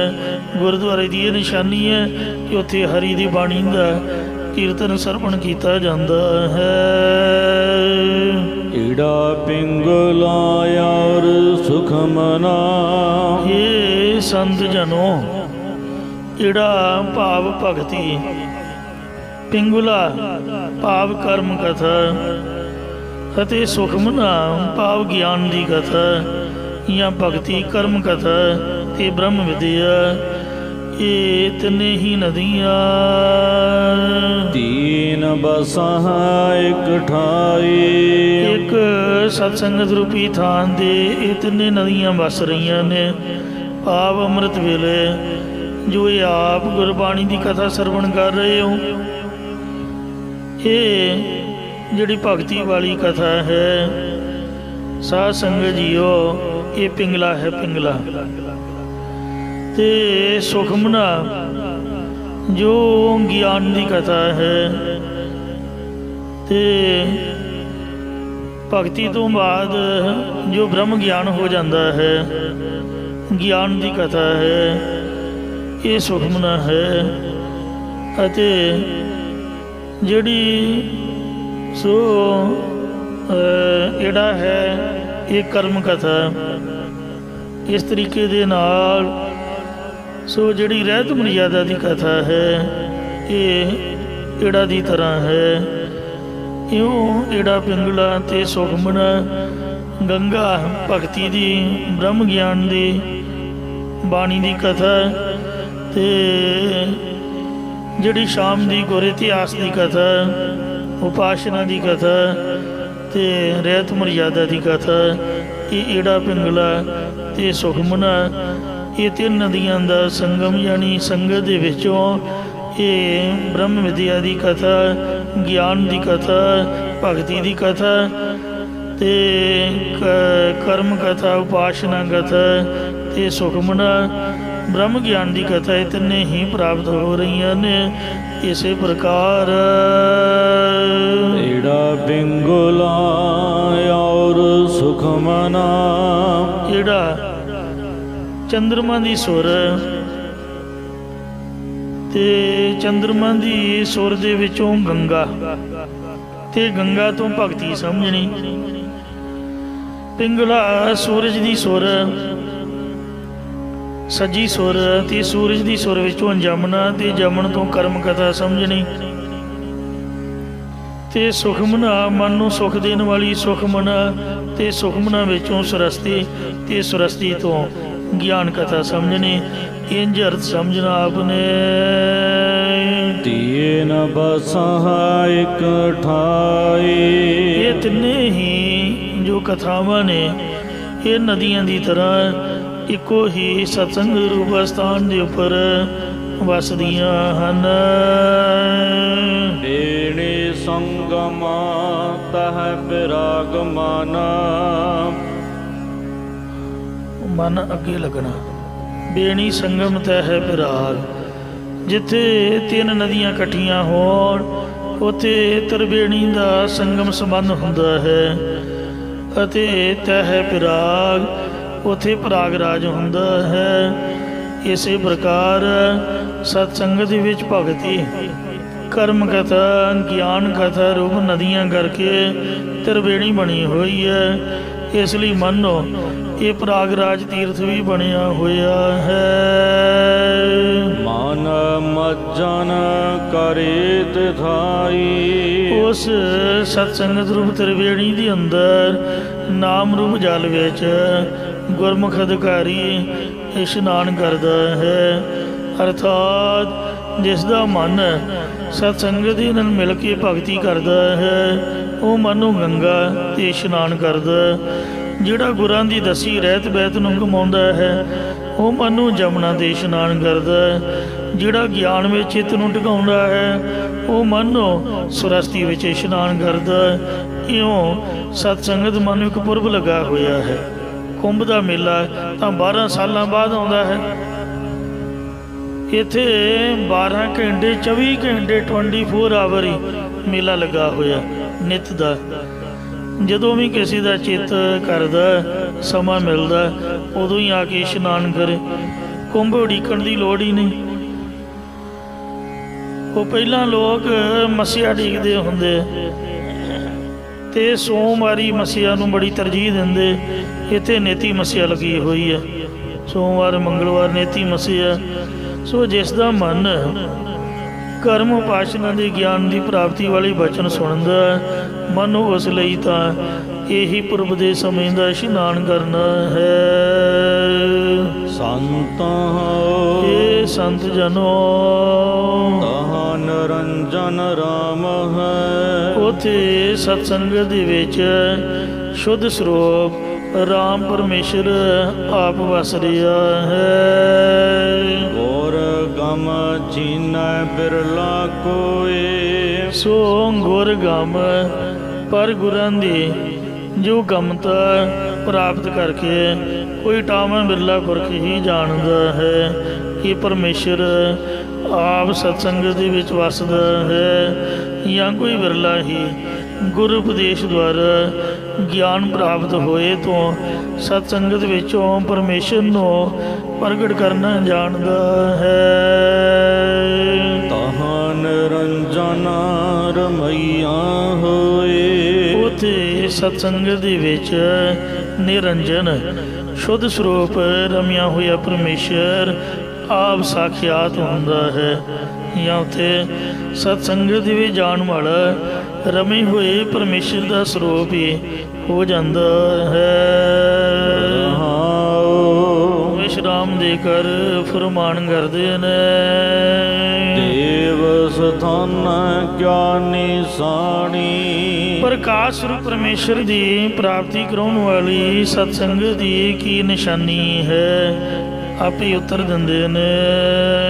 ਤਹ ਬਾਜੇ ਸ਼ਬਦ ਅਨਾਹਤ ਬਾਣੀ। ਕਹਿੰਦੇ ਉੱਥੇ ਸਤਸੰਗ ਦੇ ਵਿੱਚ ਸ਼ਬਦ ਕੀਰਤਨ ਅਤੇ ਇੱਕ ਰਸ ਪਰਮੇਸ਼ਰ ਦੀ ਬਾਣੀ ਦਾ ਬਾਜੇ ਉਚਾਰਨ ਹੋ ਰਿਹਾ ਹੈ। ਅੰਮ੍ਰਿਤ ਵੇਲੇ ਆਸਾ ਦੀ ਵਾਰ ਸ਼ੰਤ ਛਕੇ ਲੱਗ ਰਹੇ ਨੇ। ਉੱਚੀ ਉੱਚੀ ਸ਼ਲੋਕ ਪੌੜੀਆਂ ਲੱਗ ਰਹੀਆਂ ਨੇ। ਰਾਗੀ ਸਿੰਘ ਪੜ੍ਹ ਰਹੇ ਨੇ ਅਤੇ ਸਾਰੀ ਦਿਹਾੜੀ ਵੀ ਫਿਰ ਕਿਤੇ ਬਲਾਵਲ ਦੀ ਚੌਂਕੀ ਲਾਤੀ, ਕਿਤੇ ਰਾਮਕਲੀ ਦੀ ਚੌਂਕੀ ਲਾਤੀ। ਇਉਂ ਚੌਂਕੀਆਂ 'ਚ ਕੀਰਤਨ ਹੁੰਦਾ ਰਹਿੰਦਾ। ਕਦੀ ਆਨੰਦ ਦੀ ਚੌਂਕੀ ਤੇ ਸ਼ਾਮਾਂ ਨੂੰ ਫਿਰ ਸੋਦਰ ਦੀ ਚੌਂਕੀ, ਰਹਿ ਰਾਸ ਆਰਤੀ ਅਰਥ। ਤੋ ਇੰਝ ਜਿੱਥੇ ਮਹਾਰਾਜ ਦੀ ਬਾਣੀ ਦਾ ਕੀਰਤਨ ਹੋ ਰਿਹਾ ਹੈ, ਸਤਸੰਗਤ ਕੈਸੀ ਜਾਣੀ ਹੈ, ਜਿੱਥੇ ਇੱਕੋ ਨਾਮ ਬਖਾਣੀ ਹੈ, ਇੱਕੋ ਨਾਮ ਹੁਕਮ ਹੈ। ਨਾਨਕ ਸਤਿਗੁਰ ਦੀਆ ਬੁਝਾਈ ਜੀ। ਜਿੱਥੇ ਵਾਜੇ ਵੱਜਦੇ ਨੇ, ਕੀਰਤਨ ਹੁੰਦਾ ਹੈ, ਗੁਰਬਾਣੀ ਦਾ ਉਚਾਰਨ ਪਾਠ ਹੋ ਰਹੀ ਹੈ, ਕਥਾ ਹੋ ਰਹੀ ਹੈ, ਬ੍ਰਹਮ ਗਿਆਨ ਦੀ ਵਿਚਾਰ ਹੋ ਰਹੀ ਹੈ। ਇਹ ਸਾਧ ਸੰਗਤ ਜੀਓ ਸਤਸੰਗਤ ਦੀ ਨਿਸ਼ਾਨੀ ਹੈ। ਇੱਕ ਹੁੰਦੀ ਹੈ ਸਾਧ ਸੰਗਤ, ਇੱਕ ਹੁੰਦੀ ਹੈ ਸੰਗਤ, ਇੱਕ ਹੁੰਦੀ ਹੈ ਸਤ ਸੰਗਤ ਤੇ ਇੱਕ ਹੈ ਕੁਸੰਗਤ। ਸੰਗਤ ਤਾਂ ਉਹ ਹੈ ਜਿੱਥੇ ਕੋਈ ਬੰਦੇ ਦਾ ਕੋਈ ਨਫਾ ਨਾ ਹੋਵੇ, ਕਿਤੇ ਨੁਕਸਾਨ ਨਾ ਹੋਵੇ। ਚਾਰ ਬੰਦੇ ਬੈਠੇ ਨੇ, ਗੱਪਾਂ ਮਾਰ ਰਹੇ ਨੇ, ਪਿੱਪਲ ਥੱਲੇ, ਬੋੜ ਥੱਲੇ, ਤਖਤ ਪੋਸ਼ ਤੇ, ਉਹ ਸੰਗਤ ਹੋ ਗਈ। ਇੱਕ ਹੁੰਦੀ ਹੈ ਸਾਧ ਸੰਗਤ, ਇੱਕ ਸਿੱਖ ਦੋਏ ਸਾਧ ਸੰਗ। ਜੇ ਦੋ ਮਿਲ ਗਏ, ਇਕੱਲਾ ਤਾਂ ਸਿੱਖ ਹੈ, ਜੇ ਦੋ ਮਿਲ ਗਏ ਤਾਂ ਸਾਧ ਸੰਗਤ ਬਣ ਗਈ। ਜਿੱਥੇ ਪੰਜ ਮਿਲ ਗਏ, ਪੰਜੀ ਪਰਮੇਸ਼ਰ, ਉੱਥੇ ਪਰਮੇਸ਼ਰ ਹੀ ਆ ਗਿਆ। ਤੇ ਜਿਹੜੀ ਸਤ ਸੰਗਤ ਹੁੰਦੀ ਹੈ, ਪਹਿਲਾਂ ਕੁਝ ਸੰਗਤ ਬਾਰੇ, ਜਿਹਦੇ ਵਿੱਚ ਖਿਆਲਾਤ ਬੁਰੇ ਚੱਲਦੇ ਨੇ, ਵਿਚਾਰ ਬੁਰੇ ਚੱਲਦੇ ਨੇ, ਇਨਸਾਨ ਬੁਰੇ ਪਾਸੇ ਲੱਗਦਾ, ਉਹ ਕੁਸੰਗਤ ਹੈ ਜੋ ਇਨਸਾਨ ਦਾ ਨੁਕਸਾਨ ਕਰਦੀ ਹੈ। ਸਤ ਸੰਗਤ ਜਿੱਥੇ ਸਤ ਦੀ ਵਿਚਾਰ ਹੈ, ਜਿੱਥੇ ਸ੍ਰੀ ਗੁਰੂ ਗ੍ਰੰਥ ਸਾਹਿਬ ਜੀ ਦਾ ਪਾਵਨ ਪ੍ਰਕਾਸ਼ ਹੋਵੇ, ਉਹਨੂੰ ਸਤ ਸੰਗਤ ਕਹਿੰਦੇ ਨੇ। ਜਿੱਥੇ ਪ੍ਰਕਾਸ਼ ਨਾ ਹੋਵੇ, ਜਿਸ ਤਰ੍ਹਾਂ ਮਾਈਆਂ ਬੀਬੀਆਂ ਸੁਖਮਨੀ ਸਾਹਿਬ ਦਾ ਪਾਠ ਕਰਦੀਆਂ ਨੇ, ਗੇਟ ਦੇ ਸਾਹਮਣੇ ਧਰਨਾ ਲੱਗਾ ਹੋਇਆ, ਡੇਲੀ ਸੁਖਮਨੀ ਸਾਹਿਬ ਦਾ ਪਾਠ ਹੁੰਦਾ, ਉਹ ਸਤ ਸੰਗਤ ਨਹੀਂ ਹੈ, ਉਹ ਸਾਧ ਸੰਗਤ ਹੈ। ਕਿਉਂਕਿ ਉੱਥੇ ਗੁਰੂ ਸਾਹਿਬ ਦਾ ਪ੍ਰਕਾਸ਼ ਨਹੀਂ ਹੈ। ਸੰਗਤ ਗੁਰੂ ਮਹਾਰਾਜ ਦਾ ਨਾਮ ਜਪ ਰਹੀ ਹੈ, ਅਰਦਾਸ ਬੇਨਤੀ ਕਰ ਰਹੀ ਹੈ, ਵਿਚਾਰ ਗੁਰਬਾਣੀ ਦੇ ਨੇ, ਗੁਰਮਤਿ ਦੇ ਨੇ, ਪਰ ਗੁਰੂ ਸਾਹਿਬ ਵਿੱਚ ਆ ਮੌਜੂਦ ਨਹੀਂ। ਜਿੱਥੇ ਸ੍ਰੀ ਗੁਰੂ ਗ੍ਰੰਥ ਸਾਹਿਬ ਦਾ ਪ੍ਰਕਾਸ਼ ਹੋ ਗਿਆ, ਗੁਰਦੁਆਰੇ ਦੀ ਸਤ ਸੰਗਤ ਹੈ। ਇਉਂ ਸਤ ਸੰਗਤ ਕੈਸੀ ਜਾਣੀ ਹੈ, ਜਿੱਥੇ ਇੱਕੋ ਨਾਮ ਬਖਾਣੀ ਹੈ, ਇੱਕੋ ਨਾਮ ਹੁਕਮ ਹੈ। ਨਾਨਕ ਸਤਿਗੁਰ ਦੀ ਬੁਝਾਈ ਜੀਓ। ਉਹ ਇੱਕ ਰਸ ਪਰਮੇਸ਼ਰ ਦੀ ਬਾਣੀ ਦਾ ਗੁਰਦੁਆਰੇ ਸਾਹਿਬ ਉਚਾਰਨ ਹੋ ਰਿਹਾ ਹੈ। ਤਹ ਚੰਦ ਨਾ ਸੂਰਜ ਪੌਣ ਨ ਪਾਣੀ। ਉੱਥੇ ਸਤ ਸੰਗਤ ਦੇ ਵਿੱਚ ਚੰਦਰਮਾ ਦੇ ਵਰਤ ਤੇ ਸੂਰਜ ਦੇ ਵਰਤ ਰੱਖਣ ਦੀ ਲੋੜ ਨਹੀਂ, ਜਾਂ ਚੰਦਰ ਗ੍ਰਹਿਣ, ਸੂਰਜ ਗ੍ਰਹਿਣ ਮੰਨਣ ਦੀ ਲੋੜ ਨਹੀਂ ਹੈ। ਅਤੇ ਨਾ ਹੀ 10ਵੇਂ ਦੁਆਰ ਦੇ ਵਿੱਚ ਸਵਾਸ ਚੜਾਉਣ ਦੀ ਲੋੜ ਹੈ। ਪਿਛਲੇ ਕੁਛ ਦਿਨ ਪਹਿਲਾਂ ਸੂਰਜ ਗ੍ਰਹਿਣ ਲੱਗਾ, ਲੋਕ ਬੜੀ ਵਿਚਾਰ ਕਰਦੇ ਨੇ, ਤੇ ਇੱਥੇ ਕੋਈ ਵਿਚਾਰ ਦੀ ਲੋੜ ਨਹੀਂ ਹੈ। ਤੇ ਨਾ ਤਾਂ ਚੰਦਰਮਾ ਗ੍ਰਹਿਣ, ਨਾ ਸੂਰਜ ਗ੍ਰਹਿਣ, ਤੇ ਨਾ ਹੀ ਇਹਨਾਂ ਦੇ ਵਰਤ ਰੱਖਣ ਦੀ ਲੋੜ ਹੈ, ਤੇ ਨਾ ਹੀ 10ਵੇਂ ਦੁਆਰ ਦੇ ਵਿੱਚ ਪੌਣ ਸਵਾਸ ਚੜਾਉਣ ਦੀ ਲੋੜ ਹੈ। ਸਾਖੀ ਜਾਗੇ ਗੁਰਮੁਖ ਜਾਣੀ। ਇਸੇ ਪ੍ਰਕਾਰ ਤਹ ਚੰਦਨ ਸੂਰਜ ਪੌਣ ਨ ਪਾਣੀ। ਨਾ ਹੀ ਪਾਣੀ ਵਿੱਚ ਖੜ ਕੇ ਜਲ ਧਾਰੇ ਕਰਨ ਦੀ ਲੋੜ ਹੈ, ਨਾ ਹੀ ਸਵਾਸ ਚੜਾਉਣ ਦੀ ਲੋੜ ਹੈ। ਉੱਥੇ ਸਤਸੰਗਤ ਦੇ ਵਿੱਚ ਚੰਦ ਨਾ ਸੂਰਜ, ਚੰਦਰਮਾ ਦੀ ਤਰ੍ਹਾਂ ਸਤੋ ਗੁਣ ਤੇ ਸੂਰਜ ਦੀ ਤਰ੍ਹਾਂ ਤਮੋ ਗੁਣ ਨਹੀਂ ਹੈ। ਪੌਣ ਨਾ ਪਾਣੀ, ਅਤੇ ਪਾਉਣ ਦੀ ਤਰ੍ਹਾਂ ਰਜੋਗੁਣ ਵੀ ਨਹੀਂ ਹੈ ਤੇ ਪਦਾਰਥਾਂ ਨੂੰ ਪਾਣੀ ਵੀ ਨਹੀਂ ਹੈ। ਇਸੇ ਪ੍ਰਕਾਰ ਤਹ ਚੰਦ ਨ ਸੂਰਜ ਪੌਣ ਨ ਪਾਣੀ। ਉਥੇ ਮਾਇਆ ਦਾ ਮੋਹ ਰੂਪ ਚੰਦਰਮਾ ਤੇ ਤਮੋਗੁਣ ਰੂਪ ਸੂਰਜ ਵੀ ਨਹੀਂ ਹੈ ਤੇ ਨਾ ਹੀ ਪਾਣੀ ਨਾਲ ਜਲ ਧਾਰੀ ਆਦਿ ਕਰਨ ਦੀ ਉਪਾਸਨਾ ਹੈ ਤੇ ਨਾ ਹੀ ਦਸਵੇਂ ਦੁਆਰ ਵਿੱਚ ਪ੍ਰਾਣ ਚੜਾਈ ਦੇ ਹਨ।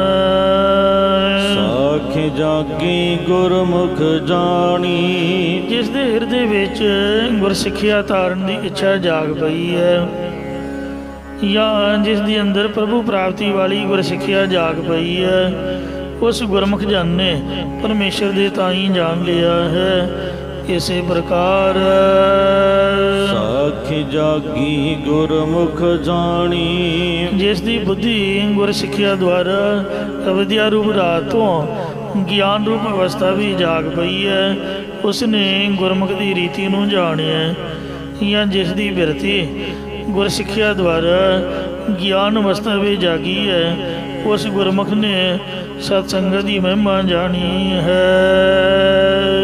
ਉਪਜੈ ਗਿਆਨ ਦੁਰਮਤ ਛੀਜੈ। ਜਿਸ ਵੇਲੇ ਸਤਸੰਗ ਦਾ ਸਦਕਾ ਬ੍ਰਹਮ ਗਿਆਨ ਹਿਰਦੇ ਵਿੱਚ ਉਪਜੈ ਪੈਦਾ ਹੋ ਜਾਂਦਾ ਹੈ, ਉਸ ਵੇਲੇ ਦੁਰਮਤ ਖੋਟੀ ਮਤ ਨਾਸ਼ ਹੋ ਜਾਂਦੀ ਹੈ। ਅੰਮ੍ਰਿਤ ਰਸ ਗਗਨ ਅੰਤਰ ਭੀਜੈ। ਜੋ ਸਤਸੰਗਤ ਦੇ ਵਿੱਚ ਨਾਮ ਅੰਮ੍ਰਿਤ ਦਾ ਰਸ ਹੈ, ਇਸ ਵਿੱਚ ਗਗਨ ਅੰਤਰ, ਗਗਨ ਹਿਰਦਾ ਅੰਤਰ ਅੰਦਰੋਂ ਭੀਜੈ ਭਿੱਜ ਜਾਂਦਾ ਹੈ। ਇਸੇ ਪ੍ਰਕਾਰ ਅੰਮ੍ਰਿਤ ਰਸ ਗਗਨ ਅੰਤਰ ਭੀਜੈ। ਜੋ ਚਿਦਾਕਾਸ਼ ਰੂਪ ਬ੍ਰਹਮ ਸਾਰਿਆਂ ਦੇ ਅੰਦਰ ਹੈ, ਉਹਦੇ ਵਿੱਚ ਮਨ ਭਿੱਜ ਜਾਂਦਾ, ਮੰਨ ਜਾਂਦਾ। ਐਸਾ ਸਤਸੰਗ ਦੇ ਵਿੱਚ ਨਾਮ ਅੰਮ੍ਰਿਤ ਰਸ ਹੈ। ਇਸ ਕਲਾ ਜੋ ਜਾਣੈ ਪਿਓ। ਇਸ ਨਾਮ ਅੰਮ੍ਰਿਤ ਦੀ ਸ਼ਕਤੀ ਦਾ ਜਾਂ ਗੁਰਮਤਿ ਦੀ ਕਲਾ ਦਾ ਜੋ ਗੁਰਾਂ ਦੁਆਰਾ ਭੇਦ ਜਾਣ ਲੈਂਦਾ ਹੈ। ਭੇਟੈ ਤਾਸ ਪਰਮ ਗੁਰ ਦੇਉ। ਉਸ ਨੂੰ ਸਭ ਤੋਂ ਪਰਮ ਵੱਡਾ ਗੁਰਦੇਵ ਪਰਮੇਸ਼ਰ ਭੇਟਾ ਮਿਲ ਜਾਂਦਾ ਹੈ। ਦਸਮ ਦਵਾਰ ਅਗਮੇ ਅਪਾਰ। ਪੰਜਾਂ ਤੱਤਾਂ ਦੀ ਧਾਰਨਾ ਤੇ ਪੰਜ ਸਤ ਸੰਦੋਖ ਆਦਿਕ ਸ਼ੁਭ ਗੁਣਾਂ ਦੇ ਸਹਿਤ ਜਿਸ ਦਾ ਦਸਵਾਂ ਦੁਆਰ ਬਣਿਆ ਹੋਇਆ ਹੈ। ਇਹੀ ਅਗਮ ਮਨ ਦੇ ਸੰਕਲਪਾਂ ਵਿਕਲਪਾਂ ਤੋਂ ਰਹਿਤ, ਅਪਾਰਾ ਪ੍ਰਕਿਰਤੀ ਦੇ ਪਾਰਾਵਾਰ ਤੋਂ ਰਹਿਤ, ਜੋ ਮਹਾਰਾਜ ਕਹਿੰਦੇ ਨੇ ਪਰਮ ਪੁਰਖ ਕੀ ਕਾਟੀ। ਪਰਮ ਸਭ ਤੋਂ ਵੱਡੇ ਪੁਰਖ ਪੂਰਨ ਪਰਮੇਸ਼ਰ ਦੇ ਗਿਆਨ ਦੀ ਪ੍ਰਾਪਤੀ ਦੀ ਘਾਟੀ ਹੈ। ਉਪਰ ਹਾਟ ਹਾਟ ਪਰ ਆਲਾ। ਸਭ ਖੰਡਾਂ ਬ੍ਰਹਮੰਡਾਂ ਰੂਪੀ ਹੱਟ ਦੇ ਉੱਪਰ ਭਾਰਤ ਖੰਡ ਰੂਪੀ ਹੱਟ ਹੈ ਅਤੇ ਭਾਰਤ ਖੰਡ ਰੂਪੀ ਹੱਟ ਦੇ ਉੱਪਰ ਮਨੁੱਖਾ ਜਨਮ ਰੂਪੀ ਹੱਟ ਹੈ ਅਤੇ ਮਨੁੱਖਾ ਜਨਮ ਰੂਪੀ ਹੱਟ ਦੇ ਉੱਪਰ ਸਤ ਸੰਗਤ ਰੂਪੀ ਆਲਾ ਹੈ। ਆਲੇ ਭੀਤਰ ਥਾਤੀ। ਅਤੇ ਸਤ ਸੰਗਤ ਰੂਪ ਆਲੇ ਦੇ ਵਿੱਚ ਬ੍ਰਹਮ ਦੀ ਰੂਪ ਥੈਲੀ ਰੱਖੀ ਹੋਈ ਹੈ। ਜਾਗਤ ਰਹੈ ਸੋ ਕਬਹੁ ਨਾ ਸੋਵੈ। ਜੋ ਗਿਆਨ ਅਵਸਥਾ ਵੀ ਜਾਗਦਾ ਰਹਿੰਦਾ ਹੈ, ਉਹ ਕਦੇ ਵੀ ਮੋਹ ਜਾਂ ਅਵਿਦਿਆ ਰੂਪ ਨੀਂਦ ਵਿੱਚ ਸੌਂਦਾ ਨਹੀਂ ਹੈ। ਗੁਰਮੁਖ ਜਾਗ ਰਹੇ ਚੌਕੀ ਅਭਿਮਾਨੀ ਰਾਮ। ਜਿਹੜੇ ਗੁਰਮੁਖ ਨੇ ਉਹ ਹਮੇਸ਼ਾ ਜਾਗਦੀ ਅਵਸਥਾ ਦੇ ਵਿੱਚ ਵਿਚਰਦੇ ਨੇ। ਉਹ ਕਦੇ ਵੀ ਆਲਸੀ ਨਹੀਂ ਹੁੰਦੇ, ਕਦੀ ਪ੍ਰਮਾਦੀ ਹੋ ਕੇ ਗੁਰ ਉਪਦੇਸ਼ ਨੂੰ ਨਾ ਕਮਾਉਣ ਰੂਪ ਸੌਂਦੇ ਨਹੀਂ। ਮਤਲਬ ਮੋਹ ਮਾਇਆ ਅਤੇ ਅਵਿਦਿਆ ਦੀ ਰੀਤ ਦੀ ਨੀਂਦ ਦੇ ਵਿੱਚ ਉਹ ਕਦੀ ਵੀ ਸੌਂਦੇ ਨਹੀਂ। ਪ੍ਰਤੱਖ ਤਾਂ ਅੱਖਾਂ ਬੰਦ ਕਰਨ ਤੋਂ ਥੋੜ੍ਹੀ ਰਾਹਤ ਮਿਲਦੀ ਹੈ। ਇਹ ਜਿਹੜਾ ਸਰੀਰ ਹੈ ਪੰਜਾਂ ਤੱਤਾਂ ਦਾ ਹੈ, ਜਿੰਨਾ ਚਿਰ ਇਹਨੂੰ ਆਰਾਮ ਨਾ ਦਈਏ ਉਹਨਾਂ ਚਿਰ ਇਹ ਚੱਲਦਾ ਨਹੀਂ। ਜਿਸ ਤਰ੍ਹਾਂ ਗੱਡੀ ਨੂੰ ਤੇਲ ਪਾਣੀ ਦੀ ਲੋੜ ਹੈ, ਕੋਈ ਵੀ ਮਸ਼ੀਨਰੀ ਹੈ, ਹੁਣ ਏਸੀ ਹੈ, ਪੱਖੇ ਨੇ, ਜੇ 24 ਘੰਟੇ ਚੱਲਦੇ ਰਹਿਣਗੇ, ਜਿੰਨੀ ਮਰਜ਼ੀ ਵਧੀਆ ਕੰਪਨੀ ਦੇ ਹੋਣ, ਆਖਰ ਗਰਮ ਹੋ ਕੇ ਹੀਟ ਹੋ ਕੇ ਉਹ ਡੈੱਡ ਹੋ ਜਾਣਗੇ। ਇਉਂ ਸਰੀਰ ਦੀ ਵੀ ਕੁਛ ਵੈਲਿਡਿਟੀ ਹੁੰਦੀ ਹੈ। ਬੱਚੇ ਦਾ ਕਿਸ਼ੋਰ ਅਵਸਥਾ ਦਾ ਸਰੀਰ ਕੁਛ ਜ਼ਿਆਦਾ ਟਾਈਮ ਚੱਲਦਾ, ਨੌਜਵਾਨ ਦਾ ਹੋਰ ਜ਼ਿਆਦਾ ਚੱਲਦਾ, ਅਤੇ ਜਦੋਂ ਪ੍ਰੌਢ ਅਵਸਥਾ 40 ਕੁ ਸਾਲ ਤੱਕ ਬੰਦਾ ਪਹੁੰਚ ਜਾਏ, ਥੋੜ੍ਹਾ ਜਿਹਾ ਕੰਮ ਢਿੱਲਾ ਪੈ ਜਾਂਦਾ, ਫਿਰ ਥੋੜ੍ਹਾ ਆਰਾਮ ਦੀ ਲੋੜ ਰਹਿੰਦੀ ਹੈ, ਨਿਗਾਹ ਦੀ ਪ੍ਰੋਬਲਮ ਪੈ ਜਾਂਦੀ। ਇਉਂ ਸਰੀਰ ਨੂੰ ਤਾਂ ਵਿਸ਼ਰਾਮ ਚਾਹੀਦਾ ਹੈ, ਭਾਵੇਂ ਇੱਕ ਫਾਰਮੈਲਿਟੀ ਦੇ ਤੌਰ 'ਤੇ ਅੱਖਾਂ ਬੰਦ ਕਰੇ। ਅਤੇ ਪਰ ਇਹ ਜਿਹੜੀ ਨੀਂਦ ਦੀ ਗੱਲ ਕੀਤੀ ਹੈ, ਇਹ ਵੈਸੇ ਬਹੁਤ ਉੱਚੀ ਅਵਸਥਾ ਦੀ ਗੱਲ ਹੈ, ਜਿਹਦੇ ਵਿੱਚ ਨੀਂਦ ਅਤੇ ਭੁੱਖ ਦੋਵੇਂ ਹੀ ਅਭਾਵ ਹੋ ਜਾਂਦੀਆਂ ਨੇ। ਪ੍ਰਤੱਖ ਵੀ ਨੀਂਦ ਅਤੇ ਭੁੱਖ ਚਲੀ ਜਾਂਦੀ ਹੈ, ਪਰ ਅਸਲ 'ਚ ਇਹ ਗਿਆਨ ਦੀ ਸਮਾਧੀ ਵਾਲੀ ਨੀਂਦ ਤੋ ਇਹਦੇ ਵਿੱਚ ਕਦੀ ਵੀ ਆਲਸ ਨਹੀਂ ਆਉਂਦਾ, ਕਦੀ ਪ੍ਰਮਾਦੀ ਹੋ ਕੇ ਵਿਸ਼ੇ ਵਿਕਾਰਾਂ ਵਿੱਚ ਗੁਰੂ ਉਪਦੇਸ਼ ਨੂੰ ਕਮਾਉਂਦਾ ਵਸਾਉਂਦਾ ਨਹੀਂ, ਮੋਹ ਮਾਇਆ ਵਿਦਿਆ ਵਿੱਚ ਲੀਨ ਨਹੀਂ ਹੁੰਦੀ ਹੈ। ਬਿਰਤੀ ਹਮੇਸ਼ਾ ਗਿਆਨ ਦੀ ਸਮਾਧੀ ਵਿੱਚ ਜੁੜੀ ਰਹਿੰਦੀ ਹੈ। ਤੋ ਅੱਗੇ ਦੱਸਦੇ ਨੇ, ਤੀਨ ਤੇ ਲੋਕ ਸਮਾਦ ਬਲੋਵੈ। ਤਿੰਨ ਗੁਣ ਰਜੋ ਤਮੋ ਸਤੋ ਅਤੇ ਤਿੰਨ ਲੋਕ, ਦੇਵ ਲੋਕ, ਮਾਤ ਲੋਕ, ਪਤਾਲ ਲੋਕ, ਜਾਂ ਤਿੰਨੇ ਤਿਲਕਾਂ ਕਰਤਾ ਕਰਮ ਕਿਰਿਆ, ਤਿੰਨੇ ਧਿਆਤਾ ਧਿਆਨ ਦੇ, ਜਾਂ ਤਿੰਨੇ ਗਿਆਤਾ ਗਿਆਨਗੇ, ਤਿੰਨੇ ਪਰਮਾਤਾ ਪਰਮਾਨ ਪਰਮੇ, ਜਾਂ ਜੋ ਤਿੰਨ ਲੋਕਾਂ ਤੋਂ ਤੇ ਲੋਕ, ਤਿੰਨੇ ਜਾਗਰਤ ਸੁਪਨ ਸੁਖੋਬਤ ਦਾ ਜੋ ਲੋਕ ਪ੍ਰਕਾਸ਼ ਰੂਪ ਹੈ, ਉਸ ਵਿੱਚ ਨਿਰਵਿਕਲਪ ਸਮਾਧੀ ਲਾ ਕੇ ਇਹਨਾਂ ਦਾ ਪਲੋਵੈ ਅਲੋਪ ਅਭਾਵ ਕਰ ਦੇਵੇ। ਬੀਜ ਮੰਤਰ ਲੈ ਹਿਰਦੈ ਪ੍ਰਹਿ। ਜੋ ਸਭ ਮੰਤਰਾਂ ਦਾ ਮੂਲ ਹੈ, ਸਤਿਨਾਮ ਰੂਪ ਬੀਜ ਮੰਤਰ ਲੈ ਕੇ ਆਪਣੇ ਹਿਰਦੇ ਵਿੱਚ ਹਰ ਵਕਤ ਜਪਦਾ ਰਹਿੰਦਾ ਹੈ। ਅਤੇ ਮਨੁ ਆਇਓ ਲਟਾ ਸੁਨ ਮਹਿਰਹਿ ਗਹਿ। ਮਨ ਨੂੰ ਸੰਸਾਰ ਵੱਲੋਂ ਉਲਟਾ ਕੇ ਅਫੁਰ ਰੂਪ ਪਰਮੇਸ਼ਰ ਵਿੱਚ ਲਾਉਣ ਰੂਪ ਗਹਿ ਪਕੜਨਾ ਕਰਦਾ ਹੈ, ਜਾਂ ਪਰਮੇਸ਼ਰ ਵਿੱਚ ਗਹਿ ਗੁੰਥਨ ਭਾਵ ਜੋੜਨਾ ਕਰਦਾ ਹੈ। ਸੋ ਜਿਹੜਾ ਬੀਜ ਮੰਤਰ ਹੈ, ਗੁਰਮਤਿ ਦੇ ਵਿੱਚ ਇੱਕ ਓਅੰਕਾਰ ਨੂੰ ਸ੍ਰੀ ਗੁਰੂ ਗ੍ਰੰਥ ਸਾਹਿਬ ਜੀ ਦਾ ਬੀਜ ਮੰਤਰ ਮੰਨਿਆ ਗਿਆ ਹੈ। ਇੱਕ ਓਅੰਕਾਰ ਬੀਜ ਹੈ, ਜਾਂ ਇੱਕ ਓਅੰਕਾਰ ਸਤਿਗੁਰ ਪ੍ਰਸਾਦ, ਇਹ ਬੀਜ ਮੰਤਰ ਹੈ। ਬੀਜ ਹੋ ਗਿਆ ਇੱਕ ਓਅੰਕਾਰ, ਬੀਜ ਮੰਤਰ ਹੋ ਗਿਆ ਇੱਕ ਓਅੰਕਾਰ ਸਤਿਗੁਰ ਪ੍ਰਸਾਦ, ਜਾਂ ਇੱਕ ਓਅੰਕਾਰ ਨੂੰ ਬੀਜ ਮੰਤਰ ਕਹਿ ਲਈਏ, ਇੱਕੋ ਗੱਲ ਹੈ। ਗੁਰ ਪ੍ਰਸਾਦ ਤੱਕ ਮਹਾਮੰਤਰ ਜੋ ਅਕਾਲ ਪੁਰਖ ਦੇ ਚਰਨਾਂ ਵਿੱਚੋਂ ਸਤਿਗੁਰੂ ਨਾਨਕ ਦੇਵ ਮਹਾਰਾਜ ਨੂੰ ਪ੍ਰਾਪਤ ਹੋਇਆ ਸੀ, ਅਤੇ ਨਾਨਕ ਹੋਸੀ ਵੀ ਸੱਚ ਤੱਕ ਹੋ ਗਿਆ ਮਾਲਾ ਮੰਤਰ, ਅਤੇ ਕੀਤੀ ਛੁੱਟੀ ਨਾਲ ਤੱਕ ਨਾਨਕ ਹੋਸੀ ਵੀ ਸੱਚ ਤੱਕ ਹੋ ਗਿਆ ਮੂਲ ਮੰਤਰ, ਮੁੱਢਲਾ ਮੰਤਰ ਸ੍ਰੀ ਗੁਰੂ ਨਾਨਕ ਦੇਵ ਸਾਹਿਬ ਨੇ ਮੋਹਰ ਲਾ ਕੇ ਬਖਸ਼ਿਆ ਹੈ। ਕੀਤੀ ਛੁੱਟੀ ਨਾਲ ਤੱਕ ਹੋ ਗਿਆ ਮਾਲਾ ਮੰਤਰ, ਅਤੇ ਵਾਹਿਗੁਰੂ ਹੋ ਗਿਆ ਗੁਰ ਮੰਤਰ। ਵਾਹਿਗੁਰੂ ਗੁਰ ਮੰਤਰ ਹੈ, ਜਪ ਹਉਮੈ ਖੋਈ, ਵਾਹਿਗੁਰੂ ਵਾਹਿਗੁਰੂ ਵਾਹਿਗੁਰੂ ਵਾਹਿ ਜੀਓ। ਜਾਂ ਸਾਰੀ ਗੁਰਬਾਣੀਓ ਹੀ ਗੁਰ ਮੰਤਰ ਜਾਂ ਬੀਜ ਮੰਤਰ ਕਹਿ ਲਓ। ਇਸ ਤਰ੍ਹਾਂ ਜੋ ਸਤਿਨਾਮ ਵਾਹਿਗੁਰੂ ਇਹ ਬੀਜ ਮੰਤਰ ਲੈ ਕੇ ਆਪਣੇ ਹਿਰਦੇ ਵਿੱਚ ਹਰ ਵਕਤ ਜੋ ਜਪਦਾ ਹੈ, ਆਪਦੇ ਮਨ ਨੂੰ ਸੰਸਾਰ ਵੱਲੋਂ ਉਲਟਾ ਕੇ ਅਫੁਰ ਰੂਪ ਪਰਮੇਸ਼ਰ 'ਚ ਲਾਉਣ ਰੂਪ ਫੜ ਕੇ ਰੱਖਦਾ ਹੈ। ਜਿਉ ਮੰਦਰ ਕੋ ਥਾਮੈ ਥੰਮਣ, ਤਿਉ ਗੁਰ ਕਾ ਸ਼ਬਦ ਮਨੈ ਅਸਤੰਭਨ।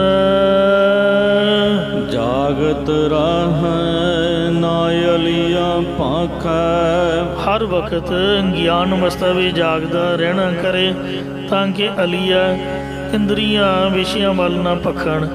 ਭਾਵ ਇੰਦਰੀਆਂ ਕਦੇ ਵਿਸ਼ਿਆਂ ਦੇ ਪਰਾਏ ਨਾ ਹੋਣ। ਪਾਂਚੋ ਇੰਦਰੀ ਬਸ ਕਰ ਰਾਖੈ, ਪੰਜੇ ਕਰਮ ਇੰਦਰੀਆਂ ਨੂੰ ਕਾਬੂ ਵਿੱਚ ਕਰਕੇ ਰੱਖੇ। ਭਾਵ ਹੱਥਾਂ ਦੇ ਨਾਲ ਚੋਰੀ ਨਾ ਕਰੇ, ਪੈਰਾਂ ਦੇ ਨਾਲ ਕੋਈ ਸੰਗਤ ਵਿੱਚ ਨਾ ਜਾਵੇ, ਰਸਨਾ ਨਾਲ ਝੂਠ ਨਾ ਬੋਲੇ ਇਤਿਆਦਿਕ। ਪਾਂਚੋ ਇੰਦਰੀ ਬਸ ਕਰ ਰਾਖੈ, ਜਿਹੜੀਆਂ ਪੰਜ ਇੰਦਰੀਆਂ ਨੇ ਇਹਨੂੰ ਵਸ ਕਰਕੇ ਰੱਖਣਾ ਕਰੇ, ਕਾਬੂ 'ਚ ਰੱਖਣਾ ਕਰੇ, ਚੋਰੀ ਯਾਰੀ ਅਤੇ ਕੁਸੰਗਤ ਵੱਲ ਜਾਣ ਤੋਂ ਰੋਕੇ। ਗੁਰ ਕੀ ਸਾਖੀ ਰਾਖੈ ਚੀਤਾ, ਗੁਰੂ ਮਹਾਰਾਜ ਸਾਹਿਬ ਜੀ ਦੀ ਨਾਮ ਅੰਮ੍ਰਿਤ ਦੀ ਜੋ ਸਾਖੀ ਸਿੱਖਿਆ ਹੈ ਇਹਨੂੰ ਹਰ ਵਕਤ ਚਿੱਤ ਵਿੱਚ ਵਸਾ ਕੇ ਰੱਖਣਾ ਕਰੇ।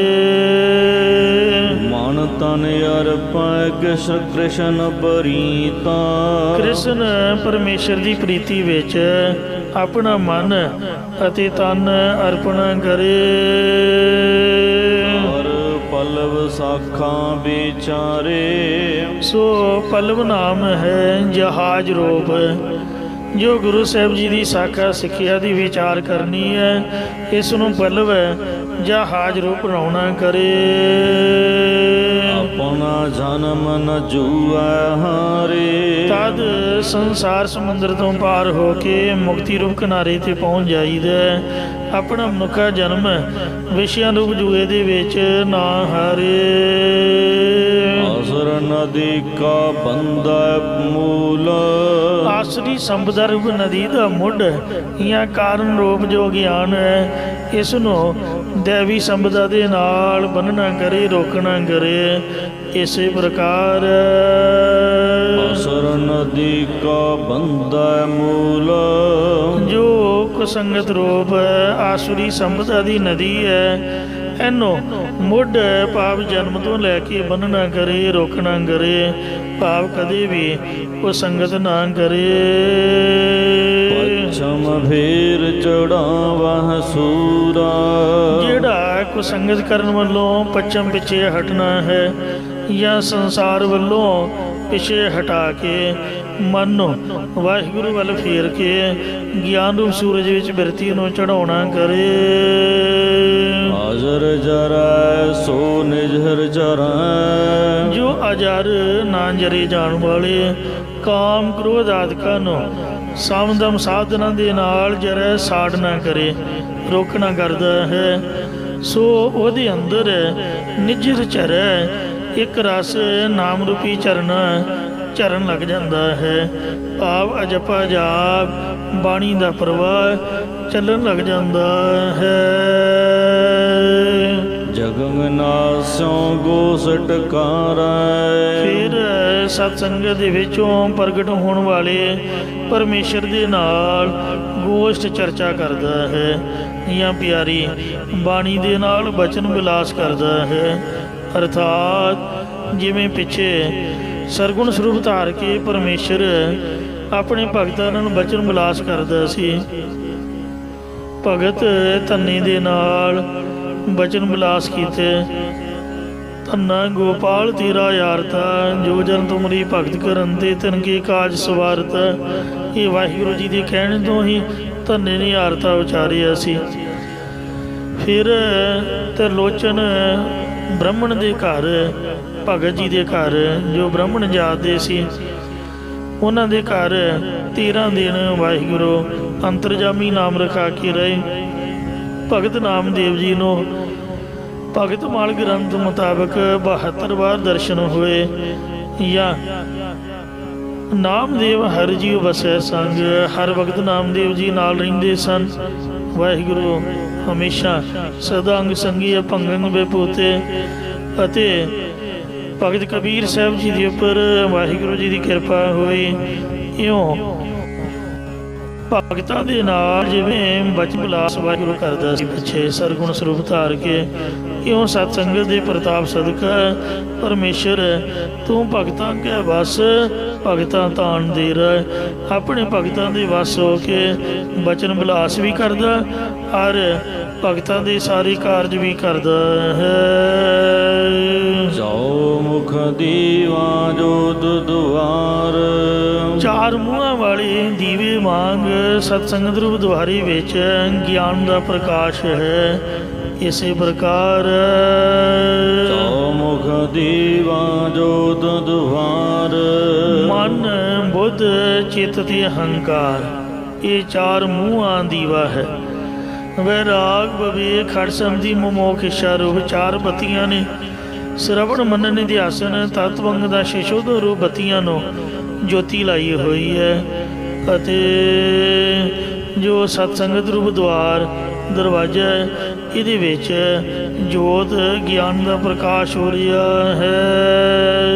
ਪਲੂ ਅਨੰਤ ਮੂਲ ਵਿਚਕਾਰ, ਪੰਜਾਂ ਕੋਸ਼ਾਂ ਰੂਪ ਪੱਲੂ ਪੱਤਰਿਆਂ ਦੀ ਵਿਚਾਰ ਨੂੰ ਅਨੰਤ ਲਾਂਭੇ ਕਰਕੇ ਮੂਲ ਮੁੱਢ ਕਾਰਨ ਰੂਪ ਚੇਤਨ ਸਰੂਪ ਪਰਮੇਸ਼ਰ ਵਿੱਚ ਚਿੱਤ ਦੀ ਬਿਰਤੀ ਨੂੰ ਟਿਕਾਉਣਾ ਕਰੇ।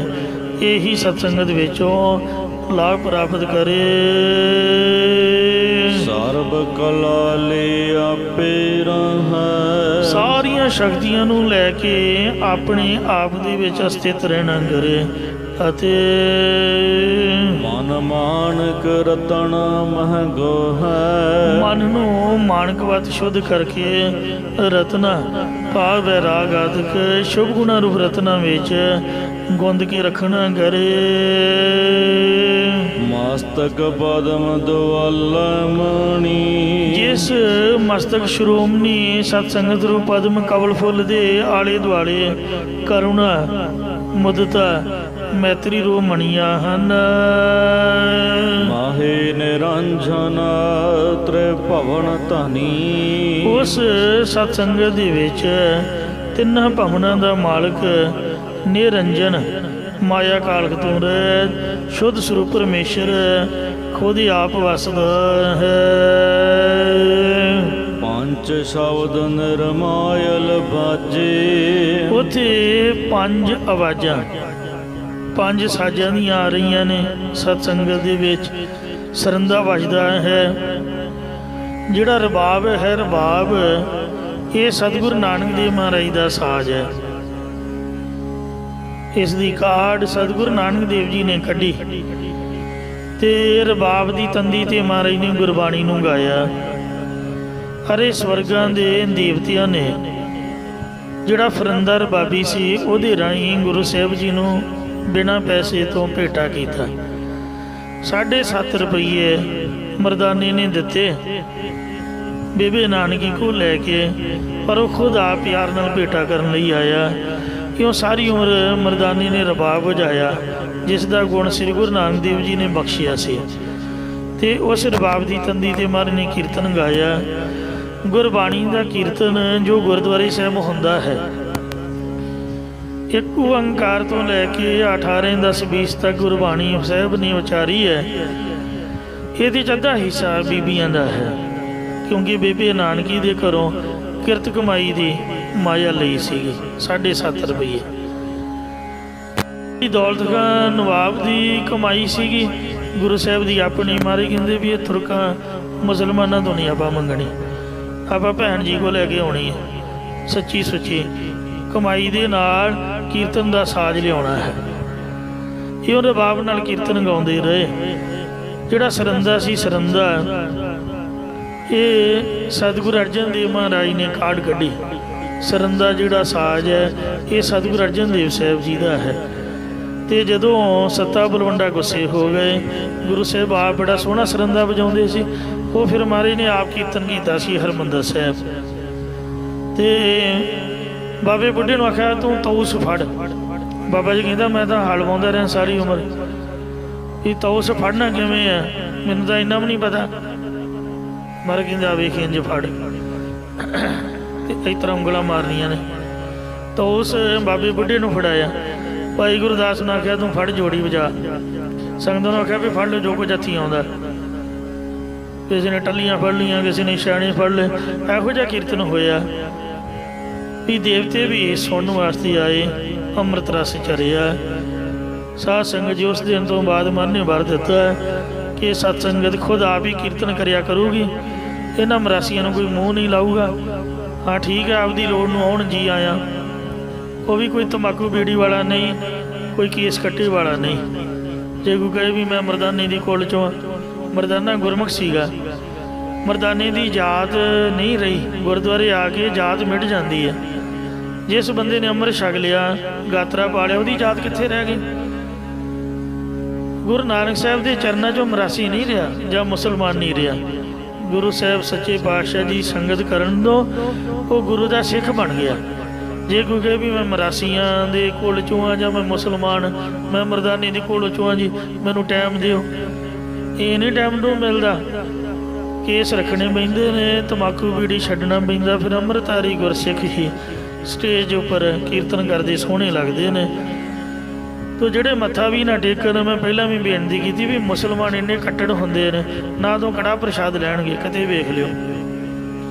ਕੱਟੜ ਮੁਸਲਮਾਨ ਪ੍ਰਸ਼ਾਦ ਨਹੀਂ ਛਕਣਗੇ ਗੁਰਦੁਆਰੇ ਦਾ, ਨਾ ਗੁਰਦੁਆਰੇ ਦਾ ਲੰਗਰ ਛਕਣਗੇ, ਨਾ ਉਹ ਗੁਰੂ ਗ੍ਰੰਥ ਸਾਹਿਬ ਨੂੰ ਮੱਥਾ ਟੇਕਣਗੇ। ਇੱਥੋਂ ਤੱਕ ਵੀ ਕੀਰਤਨ ਵੀ ਕਰਨਗੇ, ਕੀਰਤਨ ਵਾਲੇ ਵੀ ਮੱਥਾ ਨਹੀਂ ਟੇਕਣਗੇ। ਇਹ ਵੀ ਸੁਣਨ 'ਚ ਆਇਆ। ਇਸ ਵਾਸਤੇ ਗੁਰੂ ਸਾਹਿਬ ਦੀ ਕਿਰਪਾ ਹੋਈ ਹੈ। ਜਿਹੜਾ ਗੁਰੂ ਘਰ ਦੇ ਵਿੱਚ ਸਰੰਦਾ ਮਹਾਰਾਜ ਨੇ ਵਜਾਇਆ, ਰਬਾਬ ਵਜਾਈ ਹੈ, ਤੇ ਢੋਲਕੀ ਵਜਾਈ ਹੈ, ਮਿਰਦੰਗ ਵਜਾਈ ਹੈ। ਪਹਿਲਾਂ ਜਿਹੜੀ ਜੋੜੀ ਸੀ, ਜੋੜੀ ਇਹ ਮਿਰਦੰਗ ਹੁੰਦੀ ਸੀ, ਢੋਲਕ ਦੀ ਤਰ੍ਹਾਂ ਇਕੱਠੀ ਹੁੰਦੀ ਸੀ, ਤੇ ਰਾਗੀ ਸਿੰਘਾਂ ਨੇ ਆਪਦੀ ਸਹੂਲਤ ਵਾਸਤੇ ਵਿੱਚੋਂ ਕੱਟ ਕੇ ਇਹਦੇ ਦੋ ਹਿੱਸੇ ਬਣਾ ਦਿੱਤੇ। ਉਹ ਸਾਹਮਣੇ ਸੌਖੇ ਨੇ, ਉਹਨੂੰ ਜੋੜੀ ਕਹਿੰਦੇ ਨੇ, ਤਬਲਾ ਕਹਿੰਦੇ ਨੇ, ਹੈ ਮਿਰਦੰਗ ਹੀ। ਤੋ ਇਸ ਤਰ੍ਹਾਂ ਸਿਤਾਰ ਹੈ, ਤੰਤੀ ਸਾਜ਼। ਅੱਜ ਕੱਲ੍ਹ ਹਰਿਮੰਦਰ ਸਾਹਿਬ ਦੇ ਵਿੱਚ ਤੰਤੀ ਸਾਜ਼ਾਂ ਦੇ ਨਾਲ ਕੀਰਤਨ ਹੁੰਦਾ। ਇਤਿਆਦਿਕ ਸਰੰਦਾ, ਜੋੜੀ, ਤਬਲਾ, ਢੋਲਕੀ, ਰਬਾਬ ਅਤੇ ਸਿਤਾਰ, ਇਹ ਪੰਜ ਸ਼ਬਦ, ਪੰਜ ਆਵਾਜ਼ਾਂ ਉਜਲ ਪਰਮੇਸ਼ਰ ਦੇ ਜਸ ਦੇ ਸਤ ਸੰਗਤ ਵਿੱਚ ਵਾਜੇ ਵੱਜਦੇ ਹਨ। ਇਸੇ ਪ੍ਰਕਾਰ ਪੰਜ ਸ਼ਬਦ ਨਿਰਮਾਇਲ ਬਾਜੇ। ਮੈਂ ਪਹਿਲਾਂ ਵੀ ਬੇਨਤੀ ਕੀਤੀ ਹੈ ਕਿ ਪੰਜ ਸ਼ਬਦ ਜਿਹੜੇ ਪੰਜ ਮੰਤਰ ਨੇ। ਪਹਿਲਾ ਮੂਲ ਮੰਤਰ ਨਾਨਕ ਹੋਸੀ ਵੀ ਸੱਚ ਤੱਕ, ਮਹਾ ਮੰਤਰ ਗੁਰ ਪ੍ਰਸਾਦ ਤੱਕ 2, ਤੇ ਇੱਕ ਓੰਕਾਰ ਬੀਜ ਮੰਤਰ, ਤੇ ਜਪਜੀ ਸਾਹਿਬ ਮਾਲਾ ਮੰਤਰ 4, ਤੇ ਗੁਰ ਮੰਤਰ ਵਾਹਿਗੁਰੂ। ਇਹ ਪੰਜ ਸ਼ਬਦ ਨਿਰਮਾਇਲ ਜਿਹੜੇ ਉਜਲ ਹਨ, ਇਹ ਸਾਧ ਸੰਗਤ ਦੇ ਵਿੱਚ ਵੱਜ ਰਹੇ ਨੇ। ਮਤਲਬ ਕੋਈ ਤਾਂ ਮੂਲ ਮੰਤਰ ਦਾ ਪਾਠ ਪੜ੍ਹ ਰਿਹਾ, ਮਾਲਾ ਫੇਰ ਰਿਹਾ ਮੂਲ ਮੰਤਰ ਦੀਆਂ, ਕੋਈ ਵਾਹਿਗੁਰੂ ਵਾਹਿਗੁਰੂ ਕਰੀ ਜਾ ਰਿਹਾ, ਤੇ ਕੋਈ ਇੱਕ ਓੰਕਾਰ ਸਤਿਗੁਰ ਪ੍ਰਸਾਦ, ਤੇ ਕੋਈ ਜਪਜੀ ਸਾਹਿਬ ਦੇ ਪਾਠ ਹੀ ਕਰੀ ਜਾ ਰਿਹਾ, ਜਾਂ ਗੁਰ ਮੰਤਰ। ਸਾਰੀ ਬਾਣੀ ਹੀ ਗੁਰ ਮੰਤਰ ਹੈ। ਕੋਈ ਸਹਿਜ ਪਾਠ ਹੀ ਕਰੀ ਜਾ ਰਿਹਾ, ਕੋਈ ਅਖੰਡ ਪਾਠ ਤੇ ਰੌਣਾ ਲਾਈ ਜਾ ਰਿਹਾ। ਤੇ ਇਸ ਵਾਸਤੇ ਇਹ ਮਹਾਰਾਜ ਸੱਚੇ ਪਾਤਸ਼ਾਹ ਦੀ ਕਿਰਪਾ ਨਾਲ ਸਤ ਸੰਗਤ ਦੇ ਵਿੱਚ ਪੰਜ ਸ਼ਬਦ ਜਿਹੜੇ ਉਜਲ ਨੇ, ਉਹ ਸਮਝ ਲਓ ਵੱਜ ਰਹੇ ਹਨ। ਇਹ ਨਾਲੇ ਵਾਜੇ ਵੱਜ ਰਹੇ ਨੇ, ਸਾਜ਼ ਵੱਜ ਰਹੇ ਨੇ, ਨਾਲੇ ਬਾਣੀ ਦਾ ਕੀਰਤਨ ਹੋ ਰਿਹਾ ਹੈ। ਇਸੇ ਪ੍ਰਕਾਰ ਪੰਜ ਸ਼ਬਦ ਨਿਰਮਾਇਲ ਬਾਜੇ। ਪੰਜ ਨਾਮ ਹੈ ਚੇਤਨ ਦਾ, ਸ਼ਬਦ ਨਾਮ ਹੈ ਬ੍ਰਹਮ ਦਾ। ਸ਼ਬਦ ਅਰਥ ਗੁਰਬਾਣੀ ਦੇ ਸ਼ਬਦ ਵੀ ਹੈ, ਸ਼ਬਦ ਦਾ ਅਰਥ ਆਵਾਜ਼ ਵੀ ਹੈ, ਤੇ ਸ਼ਬਦ ਅਰਥ ਬ੍ਰਹਮ ਵੀ ਹੈ। ਸਤ ਸੰਗਤ ਦੇ ਵਿੱਚ ਉਜਲ ਪੰਜ ਚੇਤਨ ਸ਼ਬਦ ਕਹੀਏ, ਬ੍ਰਹਮ ਦਾ ਜਸ ਉਚਾਰਨ ਹੋ ਰਿਹਾ ਹੈ। ਬ੍ਰਹਮ ਦੇ ਉਚਾਰਨ ਤੋਂ ਬਗੈਰ ਹੋਰ ਕੋਈ ਦੂਜੀ ਗੱਲ ਹੀ ਨਹੀਂ ਕੀਤੀ ਜਾਂਦੀ, ਕੇਵਲ ਨਾਮ ਦਾ ਕਥਨ ਹੋ ਰਿਹਾ ਹੈ। ਇੱਥੇ ਕੋਈ ਪੋਲੀਟੀਕਲ ਗੱਲ ਨਹੀਂ ਹੈ, ਕਿਤੇ ਕੋਈ ਵਿਕਾਰਾਂ ਵਾਲੇ ਬਚਨ ਨਹੀਂ ਹਨ। ਇੱਥੇ ਸਿਰਫ ਪ੍ਰੇਮ ਦੀ, ਵਾਹਿਗੁਰੂ ਨਾਲ ਮਿਲਣ ਦੀ ਕਥਾ ਹੈ। ਉਹਦੇ ਨਾਲੋਂ ਜੀਵ ਆਤਮਾ ਵਿਛੜੀ ਹੋਈ ਹੈ। ਬਿਰਹਾ ਬਿਰਹਾ ਆਖੀਐ, ਬਿਰਹਾ ਤੂੰ ਸੁਲਤਾਨ, ਫਰੀਦਾ ਜਿਤ ਤਨ ਬਿਰਹੂ ਨਾ ਬੂਪਜੈ, ਸੋ ਤਨ ਜਾਣ ਮਸਾਨ। ਬਿਰਹੋਂ ਦੀ ਕਥਾ ਹੈ ਕਿ ਜੀਵ ਆਤਮਾ ਪਰਮਾਤਮਾ ਨਾਲੋਂ ਵਿਛੜੀ ਹੋਈ ਹੈ, ਤੇ ਵਾਹਿਗੁਰੂ ਦੇ ਨਾਲ ਮਿਲਣਾ ਕਿਵੇਂ ਹੈ? ਨਾਮ ਜਪ ਕੇ, ਸੰਗਤ ਕਰਕੇ, ਸੇਵਾ ਸਿਮਰਨ ਕਰਕੇ ਇਹ ਕਥਾ ਵਿੱਚ ਹੁੰਦੀ ਹੈ ਕਿ ਕਿਵੇਂ ਅਭਿਆਸ ਕਰਨਾ, ਕਿਵੇਂ ਕਮਾਈ ਕਰਕੇ ਜੀਵ ਆਤਮਾ ਪਰਮਾਤਮਾ ਨਾਲ ਮਿਲ ਸਕਦੀ ਹੈ। ਸਾਚੀ ਲਵੈ ਬਿਨ ਦੇਹ ਨਿਮਾਣੀ, ਦੇਹ ਨਿਮਾਣੀ ਲਵੈ ਬਾਝੋ, ਕਿਆ ਕਰੇ ਵਿਚਾਰੀਆ। ਡਾਕਟਰ ਭਾਈ ਵੀਰ ਸਿੰਘ ਨੇ ਸਾਧ ਸੰਗਤ ਜੀਓ ਝਰਨਾ ਇੱਛਾ ਬਲ ਤੇ ਡੂੰਘੀਆਂ ਸ਼ਾਮਾਂ ਇਸ ਲੇਖ ਹੇਠ ਕਵਿਤਾ ਲਿਖੀ ਹੈ ਉਹ ਇੱਛਾ ਬਲ ਝਰਨੇ ਦੇ ਹੇਠਾਂ ਸ਼ਾਮਾਂ ਦੇ ਵਕਤ ਖੜੇ ਸਨ ਤੇ ਉਸ ਵਕਤ ਉਹਨਾਂ ਦਾ ਧਿਆਨ ਪ੍ਰਭੂ ਵਿੱਚ ਜੁੜ ਗਿਆ। ਜਿਹੜੇ ਕਲਾਕਾਰ ਹੁੰਦੇ ਨੇ ਉਹ ਹਰੇਕ ਚੀਜ਼ ਤੋਂ ਲੌਜਿਕ ਲੈਂਦੇ ਨੇ, ਸਿਧਾਂਤ ਲੈਂਦੇ ਨੇ, ਕੁਝ ਵੀ ਵੇਖ ਲੈਣ, ਕੁਝ ਸੁਣ ਲੈਣ, ਉਹਦੇ ਤੋਂ ਭਾਵ ਲੈਂਦੇ ਨੇ।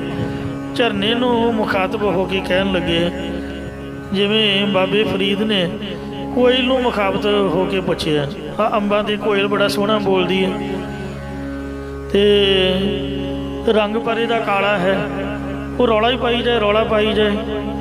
ਫਰੀਦ ਬਾਬੇ ਨੇ ਵੇਖਿਆ ਵੀ ਕਾਲੀ ਕਲਿੱਟ ਜਿਹੀ ਇੱਕ ਚਿੜੀ ਜਿਹੀ ਰੌਲਾ ਪਾਈ ਜਾਂਦੀ ਹੈ।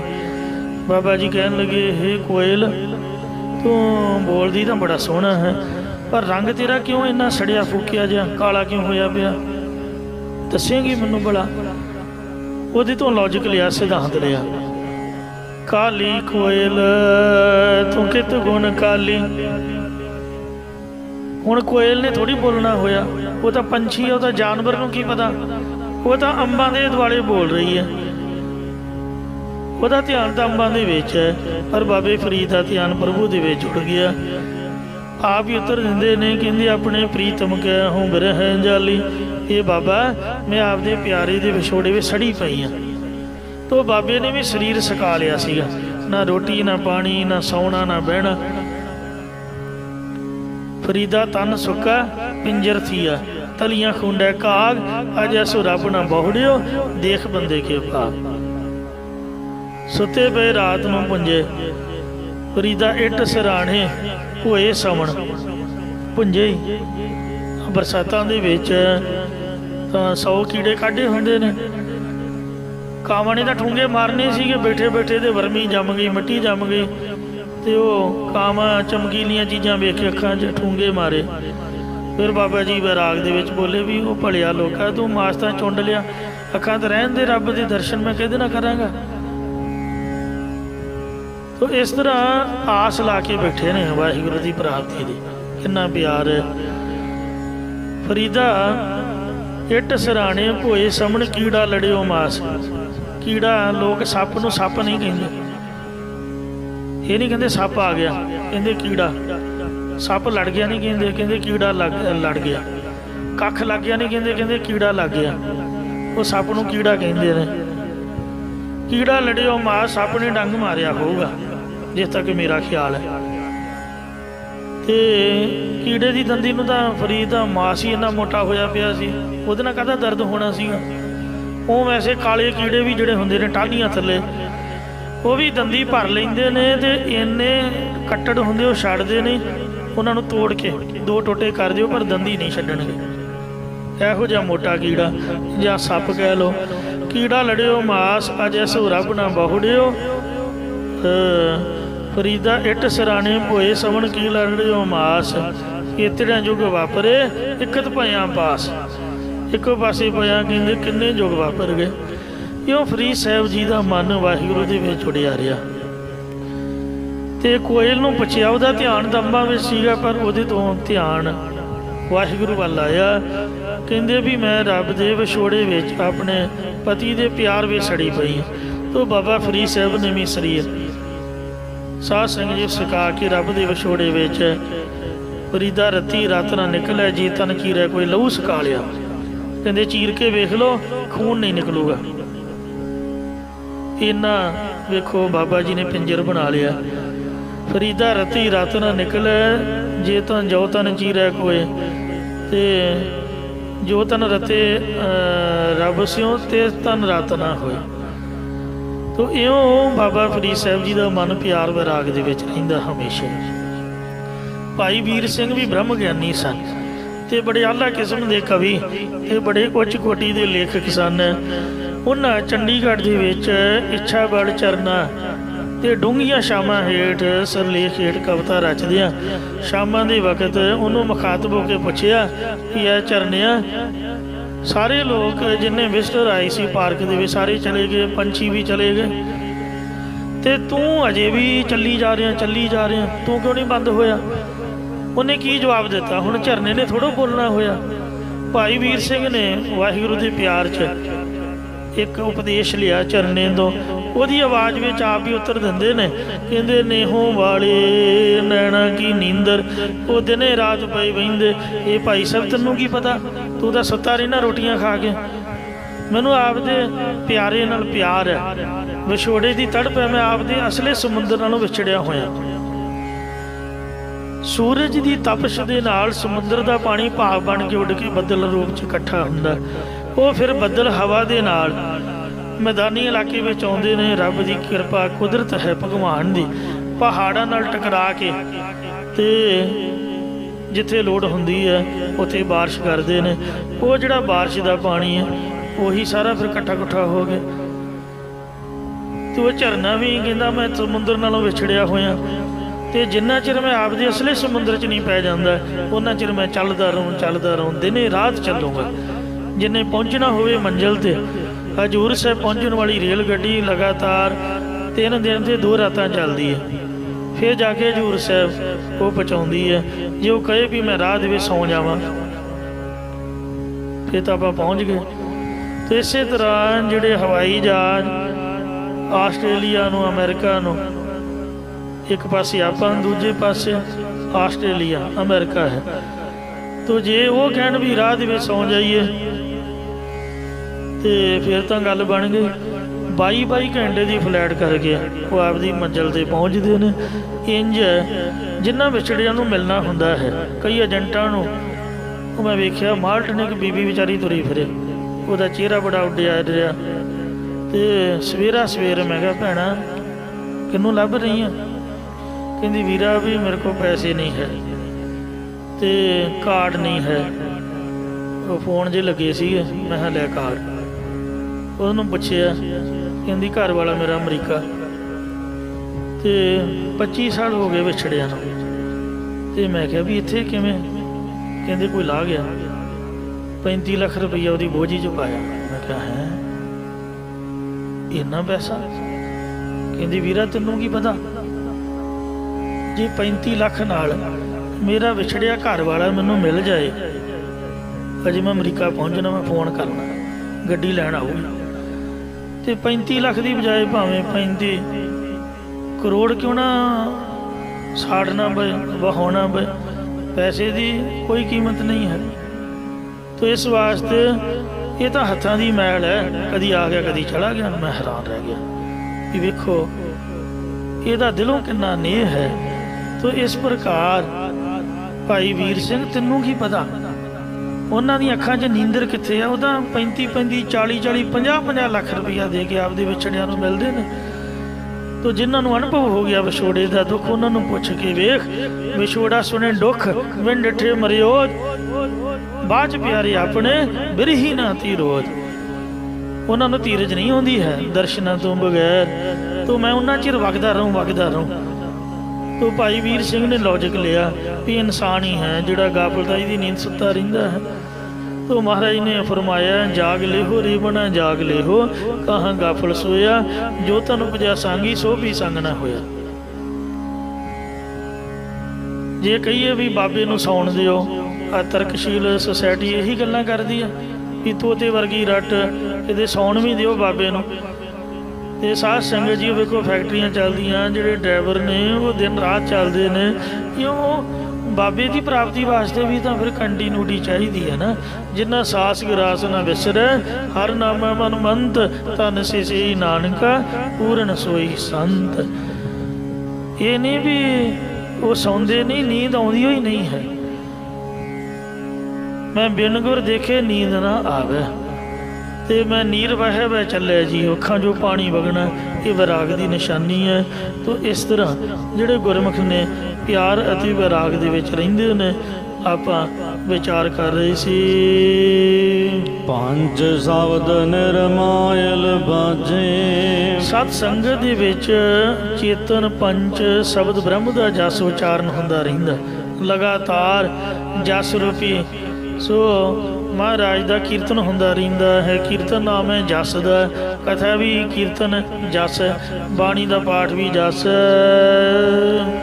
ਢੋਲ ਕੇ ਚਵਰ ਸੰਖ ਕਨ ਗਾਜੇ। ਉੱਥੇ ਜਸ ਰੂਪੀ ਚੌਰ ਝੂਲਦਾ ਹੈ, ਸੰਖ ਦੀ ਤਰ੍ਹਾਂ ਕੀਰਤਨ ਦੀ ਧੁਨੀ ਵੱਜਦੀ ਹੈ ਅਤੇ ਬੱਦਲ ਗਰਜਨ ਵਾਂਗ ਪਰਮੇਸ਼ਰ ਦੀ ਪ੍ਰਾਪਤੀ ਦੇ ਗਿਆਨ ਦੇ ਆਨੰਦ ਦੀ ਗਰਜ ਪੈਂਦੀ ਹੈ, ਜਾਂ ਕੰਨ ਇੱਕ ਰਸ ਪ੍ਰਭੂ ਦੀ ਪ੍ਰਾਪਤੀ ਕਰਾਉਣ ਵਾਲੇ ਗਿਆਨ ਦੀ ਗਰਜ ਪੈ ਰਹੀ ਹੈ, ਜਾਂ ਇੱਕ ਰਸ ਪਰਮੇਸ਼ਰ ਗਾਜੇ ਪ੍ਰਗਟ ਹੋ ਰਿਹਾ ਹੈ, ਜਾਂ ਅਰਦਾਸ ਦੇ ਵਕਤ ਵੇਖੋ ਨਗਾਰਾ ਖੜਕਦਾ ਹੈ। ਮੇਰੇ ਵਰਗੇ ਆਲਸੀ ਬੰਦੇ ਵੀ ਉੱਠ ਕੇ ਖੜੇ ਹੋ ਜਾਂਦੇ ਨੇ। ਨਗਾਰੇ ਦਾ ਮਤਲਬ ਇਹ ਹੈ ਕਿ ਬੰਦਾ ਇੱਕਦਮ ਤਬਕ ਕੇ ਉਹ ਅਰਦਾਸ ਸ਼ੁਰੂ ਹੋ ਗਈ, ਸੁੱਤਾ ਬੰਦਾ ਵੀ ਉੱਠ ਕੇ ਖੜਾ ਹੋ ਜਾਏ। ਤੇ ਲੰਗਰ ਦਾ ਨਗਾਰਾ, ਭੁੱਖੇ ਬੰਦੇ ਨੂੰ ਆਵਾਜ਼ ਸੁਣੇ ਉਹ ਲੰਗਰ ਵੱਲ ਜਾਵੇ ਵੀ ਲੰਗਰ ਖੁੱਲ੍ਹ ਗਿਆ ਹੈ। ਚਾਲੇ ਦਾ ਨਗਾਰਾ, ਇਹਨਾਂ ਦੀ ਵੱਖੋ ਵੱਖਰੀ ਆਵਾਜ਼ ਹੁੰਦੀ ਹੈ। ਇਉਂ ਗੁਰੂ ਘਰ ਦੇ ਵਿੱਚ ਪ੍ਰਤੱਖ ਗਰਜ ਪੈਂਦੀ ਹੈ। ਦਲ ਮਲ ਦਾਇਤੋ ਗੁਰਮੁਖ ਗਿਆਨ। ਜਿਸ ਨੇ ਕਾਮ ਕ੍ਰੋਧ ਆਦਿਕ ਦੈਂਤਾਂ ਨੂੰ ਦਲ ਮਲ ਸੁੱਟਿਆ ਹੈ, ਉਸ ਗੁਰਮੁਖ ਨੂੰ ਸਤਸੰਗਤ ਦੇ ਵਿੱਚੋਂ ਪਰਮੇਸ਼ਰ ਪ੍ਰਾਪਤੀ ਦਾ ਗਿਆਨ ਹੋਇਆ ਹੈ। ਭਾਈ ਰੇ ਗੁਰ ਬਿਨ ਗਿਆਨ ਨਾ ਹੋਏ, ਪੁੱਛੋ ਬ੍ਰਹਮੇ ਨਾਰਦ ਵੇਦ ਵਿਆਸੈ ਕੋਏ। ਸੰਗਤ ਦੇ ਵਿੱਚੋਂ ਹੀ ਗੁਰੂ ਦੇ ਪਾਸੋਂ ਉਹਨਾਂ ਨੂੰ ਗਿਆਨ ਹੋਇਆ ਹੈ। ਬੇਣੀ ਜਾਚੈ ਤੇਰਾ ਨਾਮ। ਭਗਤ ਬੇਣੀ ਜੀ ਕਥਨ ਕਰਦੇ ਕਿ ਹੇ ਪਰਮੇਸ਼ਰ, ਮੈਂ ਤਾਂ ਤੇਰਾ ਨਾਮ ਜਪਣਾ ਹੀ ਮੰਗਦਾ। ਕਰਤਾ ਤੂੰ ਮੇਰਾ ਜਜਮਾਨ, ਇੱਕ ਦਖਣਾ ਹਉ ਤੈ ਪੈ ਮੰਗੋ, ਦੇ ਆਪਣਾ ਨਾਮ। ਰੋਟੀਆਂ ਵੀ ਲੰਗਰ 'ਚ ਵਾਧੂ ਨੇ, ਬਿਨਾਂ ਮੰਗਣ ਤੋਂ ਹੀ ਮਿਲਦੀਆਂ ਨੇ। ਚਾਹ ਵੀ ਵਾਧੂ ਵਰਤਦੀ ਹੈ, ਦੁੱਧ ਪਾਣੀ ਵੀ ਰੱਬ ਦਾ ਦਿੱਤਾ ਬਥੇਰਾ ਕੁਛ। ਬੋਝੀਆਂ ਵੀ ਸੰਗਤ ਮਾਇਆ ਆਪਦੇ ਖਰਚੇ ਜੋਗੀ ਦੇ ਹੀ ਦਿੰਦੀ ਹੈ, ਜਿਹੜੀ ਚੀਜ਼ ਲੋੜ ਹੋਵੇ ਹਾਜ਼ਰ ਹੋ ਜਾਂਦੀ ਹੈ। ਅਤੇ ਇਸ ਵਾਸਤੇ ਇੱਕ ਨਾਮ ਦੀ ਘਾਟ ਹੈ। ਸਾਰੀ ਉਮਰ ਹੋ ਗਈ ਅਤੇ ਦਾੜੀ ਕੇਸ ਚੱਟੇ ਹੋ ਗਏ, ਅਤੇ ਪਰ ਅਜੇ ਗੱਲ ਗੁੱਲ ਕੁਛ ਬਣੀ ਨਹੀਂ ਹੈ। ਅੰਮ੍ਰਿਤ ਛਕੇ ਨੂੰ ਮੁੱਦਤਾਂ ਹੀ ਬੀਤ ਗਈਆਂ, ਉਹਦਾ ਚੇਤਾ ਹੀ ਭੁੱਲ ਗਿਆ ਵੀ ਮੰਤਰ ਮਿਲਿਆ ਵੀ ਸੀ ਕਿ ਨਹੀਂ ਮਿਲਿਆ ਸੀ। ਮਤਲਬ ਜਪਣ ਦੀ ਹਿੰਮਤ ਹੀ ਨਹੀਂ ਰਹੀ। ਮਾਲਾ ਫੜਦਿਆਂ ਸਾਰੀ ਅੱਖਾਂ ਬੰਦ ਹੋ ਜਾਂਦੀਆਂ, ਨੀਂਦ ਆਉਣ ਲੱਗ ਪੈਂਦੀ, ਸਰੀਰ ਸੁਸਤ ਹੋ ਜਾਂਦਾ, ਅਤੇ ਬੜੀ ਮੁਸ਼ਕਿਲ ਹੈ ਨਾਮ ਜਪਣਾ। ਬਸ ਇੱਕ ਨਾਮ ਦੀ ਘਾਟ ਹੈ। ਕਿਰਪਾ ਕਰੋ ਹੇ ਵਾਹਿਗੁਰੂ, ਇਹ ਗੁਰੂ ਸਾਹਿਬ ਆਪਦੇ ਚਰਨਾਂ 'ਚੋਂ, ਬਾਕੀ ਦਾ ਆਪਦਾ ਦਿੱਤਾ ਸਾਡੇ ਕੋਲ ਸਾਰਾ ਕੁਛ ਹੈ, ਪਰ ਨਾਮ ਦੀ ਬਖਸ਼ਿਸ਼ ਕਰੋ ਜੀ। ਇਹਦੇ ਨਾਲ ਹੀ ਖੁਸ਼ਹਾਲੀ, ਪ੍ਰਸੰਨਤਾ ਅਤੇ ਆਨੰਦ ਭਇਆ ਮੇਰੀ ਮਾਏ ਸਤਿਗੁਰੂ ਮੈਂ ਪਾਇਆ ਵਾਲੀ ਪ੍ਰਾਪਤੀ ਹੋਏਗੀ। ਇੱਥੇ ਰਾਮਕਲੀ ਰਾਗ ਸੰਪੂਰਨ ਹੋਇਆ ਹੈ, ਜਿਸ ਵਿੱਚ ਪਹਿਲੇ ਪਾਤਸ਼ਾਹ ਦੇ 11 ਸ਼ਬਦ, ਤੀਜੇ ਪਾਤਸ਼ਾਹ ਦਾ 1 ਸ਼ਬਦ, ਚੌਥੇ ਪਾਤਸ਼ਾਹ ਦੇ 6 ਸ਼ਬਦ, ਪੰਜਵੇਂ ਪਾਤਸ਼ਾਹ ਦੀ 58 ਸ਼ਬਦ, ਪੰਜਵੇਂ ਪਾਤਸ਼ਾਹ ਦੀਆਂ ਪੜਤਾਲਾਂ ਦੇ 2 ਸ਼ਬਦ, ਨਾਵੇਂ ਮੱਲੇ ਦੇ 3 ਸ਼ਬਦ, ਕੁੱਲ ਸ਼ਬਦਾਂ ਦਾ ਜੋੜ 81।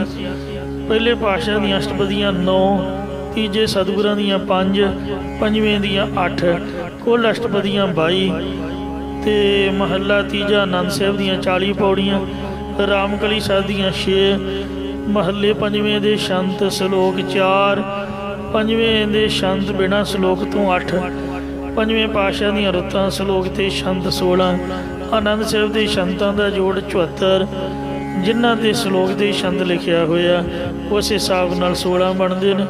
ਜਿਨ੍ਹਾਂ ਦੇ ਸਰਲੇਖ ਕੁਝ ਨਹੀਂ ਅਤੇ ਪਰ ਅੰਕ ਲੱਗਿਆ ਹੋਇਆ ਉਹ ਸਲੋਕ 8 ਨੇ, ਪਰ ਉਹਨਾਂ ਦੀ ਗਿਣਤੀ ਨਹੀਂ ਲਿਖੀ।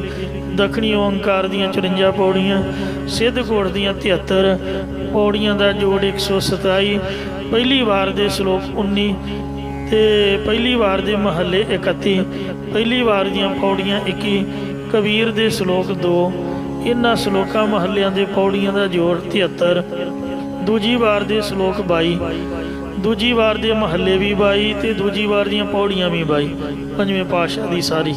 ਸਲੋਕ ਮਹੱਲੇ ਦੇ ਪੌੜੀਆਂ ਦਾ 66 ਜੋੜ, ਸੱਤੇ ਬਲਵੰਡੇ ਵਾਰ ਦੀਆਂ ਪੌੜੀਆਂ 8, ਭਗਤ ਬਾਣੀ 'ਚ ਕਬੀਰ ਦੇ ਸ਼ਬਦ 12, ਨਾਮਦੇਵ ਦੇ 4, ਰਵਿਦਾਸ ਦਾ 1, ਬੇਣੀ ਜੀ ਦਾ ਆਖਰੀ 1 ਸ਼ਬਦ। ਕੁੱਲ ਭਗਤ ਬਾਣੀ ਦੇ 18 ਸ਼ਬਦਾਂ ਦੀ ਕਥਾ ਆਪਣੇ ਸਰਵਣ ਕੀਤੀ ਹੈ। ਇਹ ਉਹ ਰਾਮਕਲੀ ਰਾਗ ਵਿੱਚ ਕੁੱਲ ਸ਼ਬਦ 469 ਦੀ ਕਥਾ ਸਮਾਪਤ ਹੋਈ ਹੈ। ਭੁੱਲਾਂ ਚੁੱਕਾ ਖਿਮਾ ਕਰਨੀ ਹੈ ਜੀ, ਅੱਗੇ ਤੋਂ ਸਮਤ ਬਖਸ਼ਣੀ। ਤਲ ਮਲ ਦਾਇਤੋ ਗੁਰਮੁਖ ਗਿਆਨ, ਬੇਣੀ ਜਾਚੈ ਤੇਰਾ ਨਾਮ। ਵਾਹਿਗੁਰੂ ਜੀ ਕਾ ਖਾਲਸਾ, ਵਾਹਿਗੁਰੂ ਜੀ ਕੀ ਫਤਿਹ।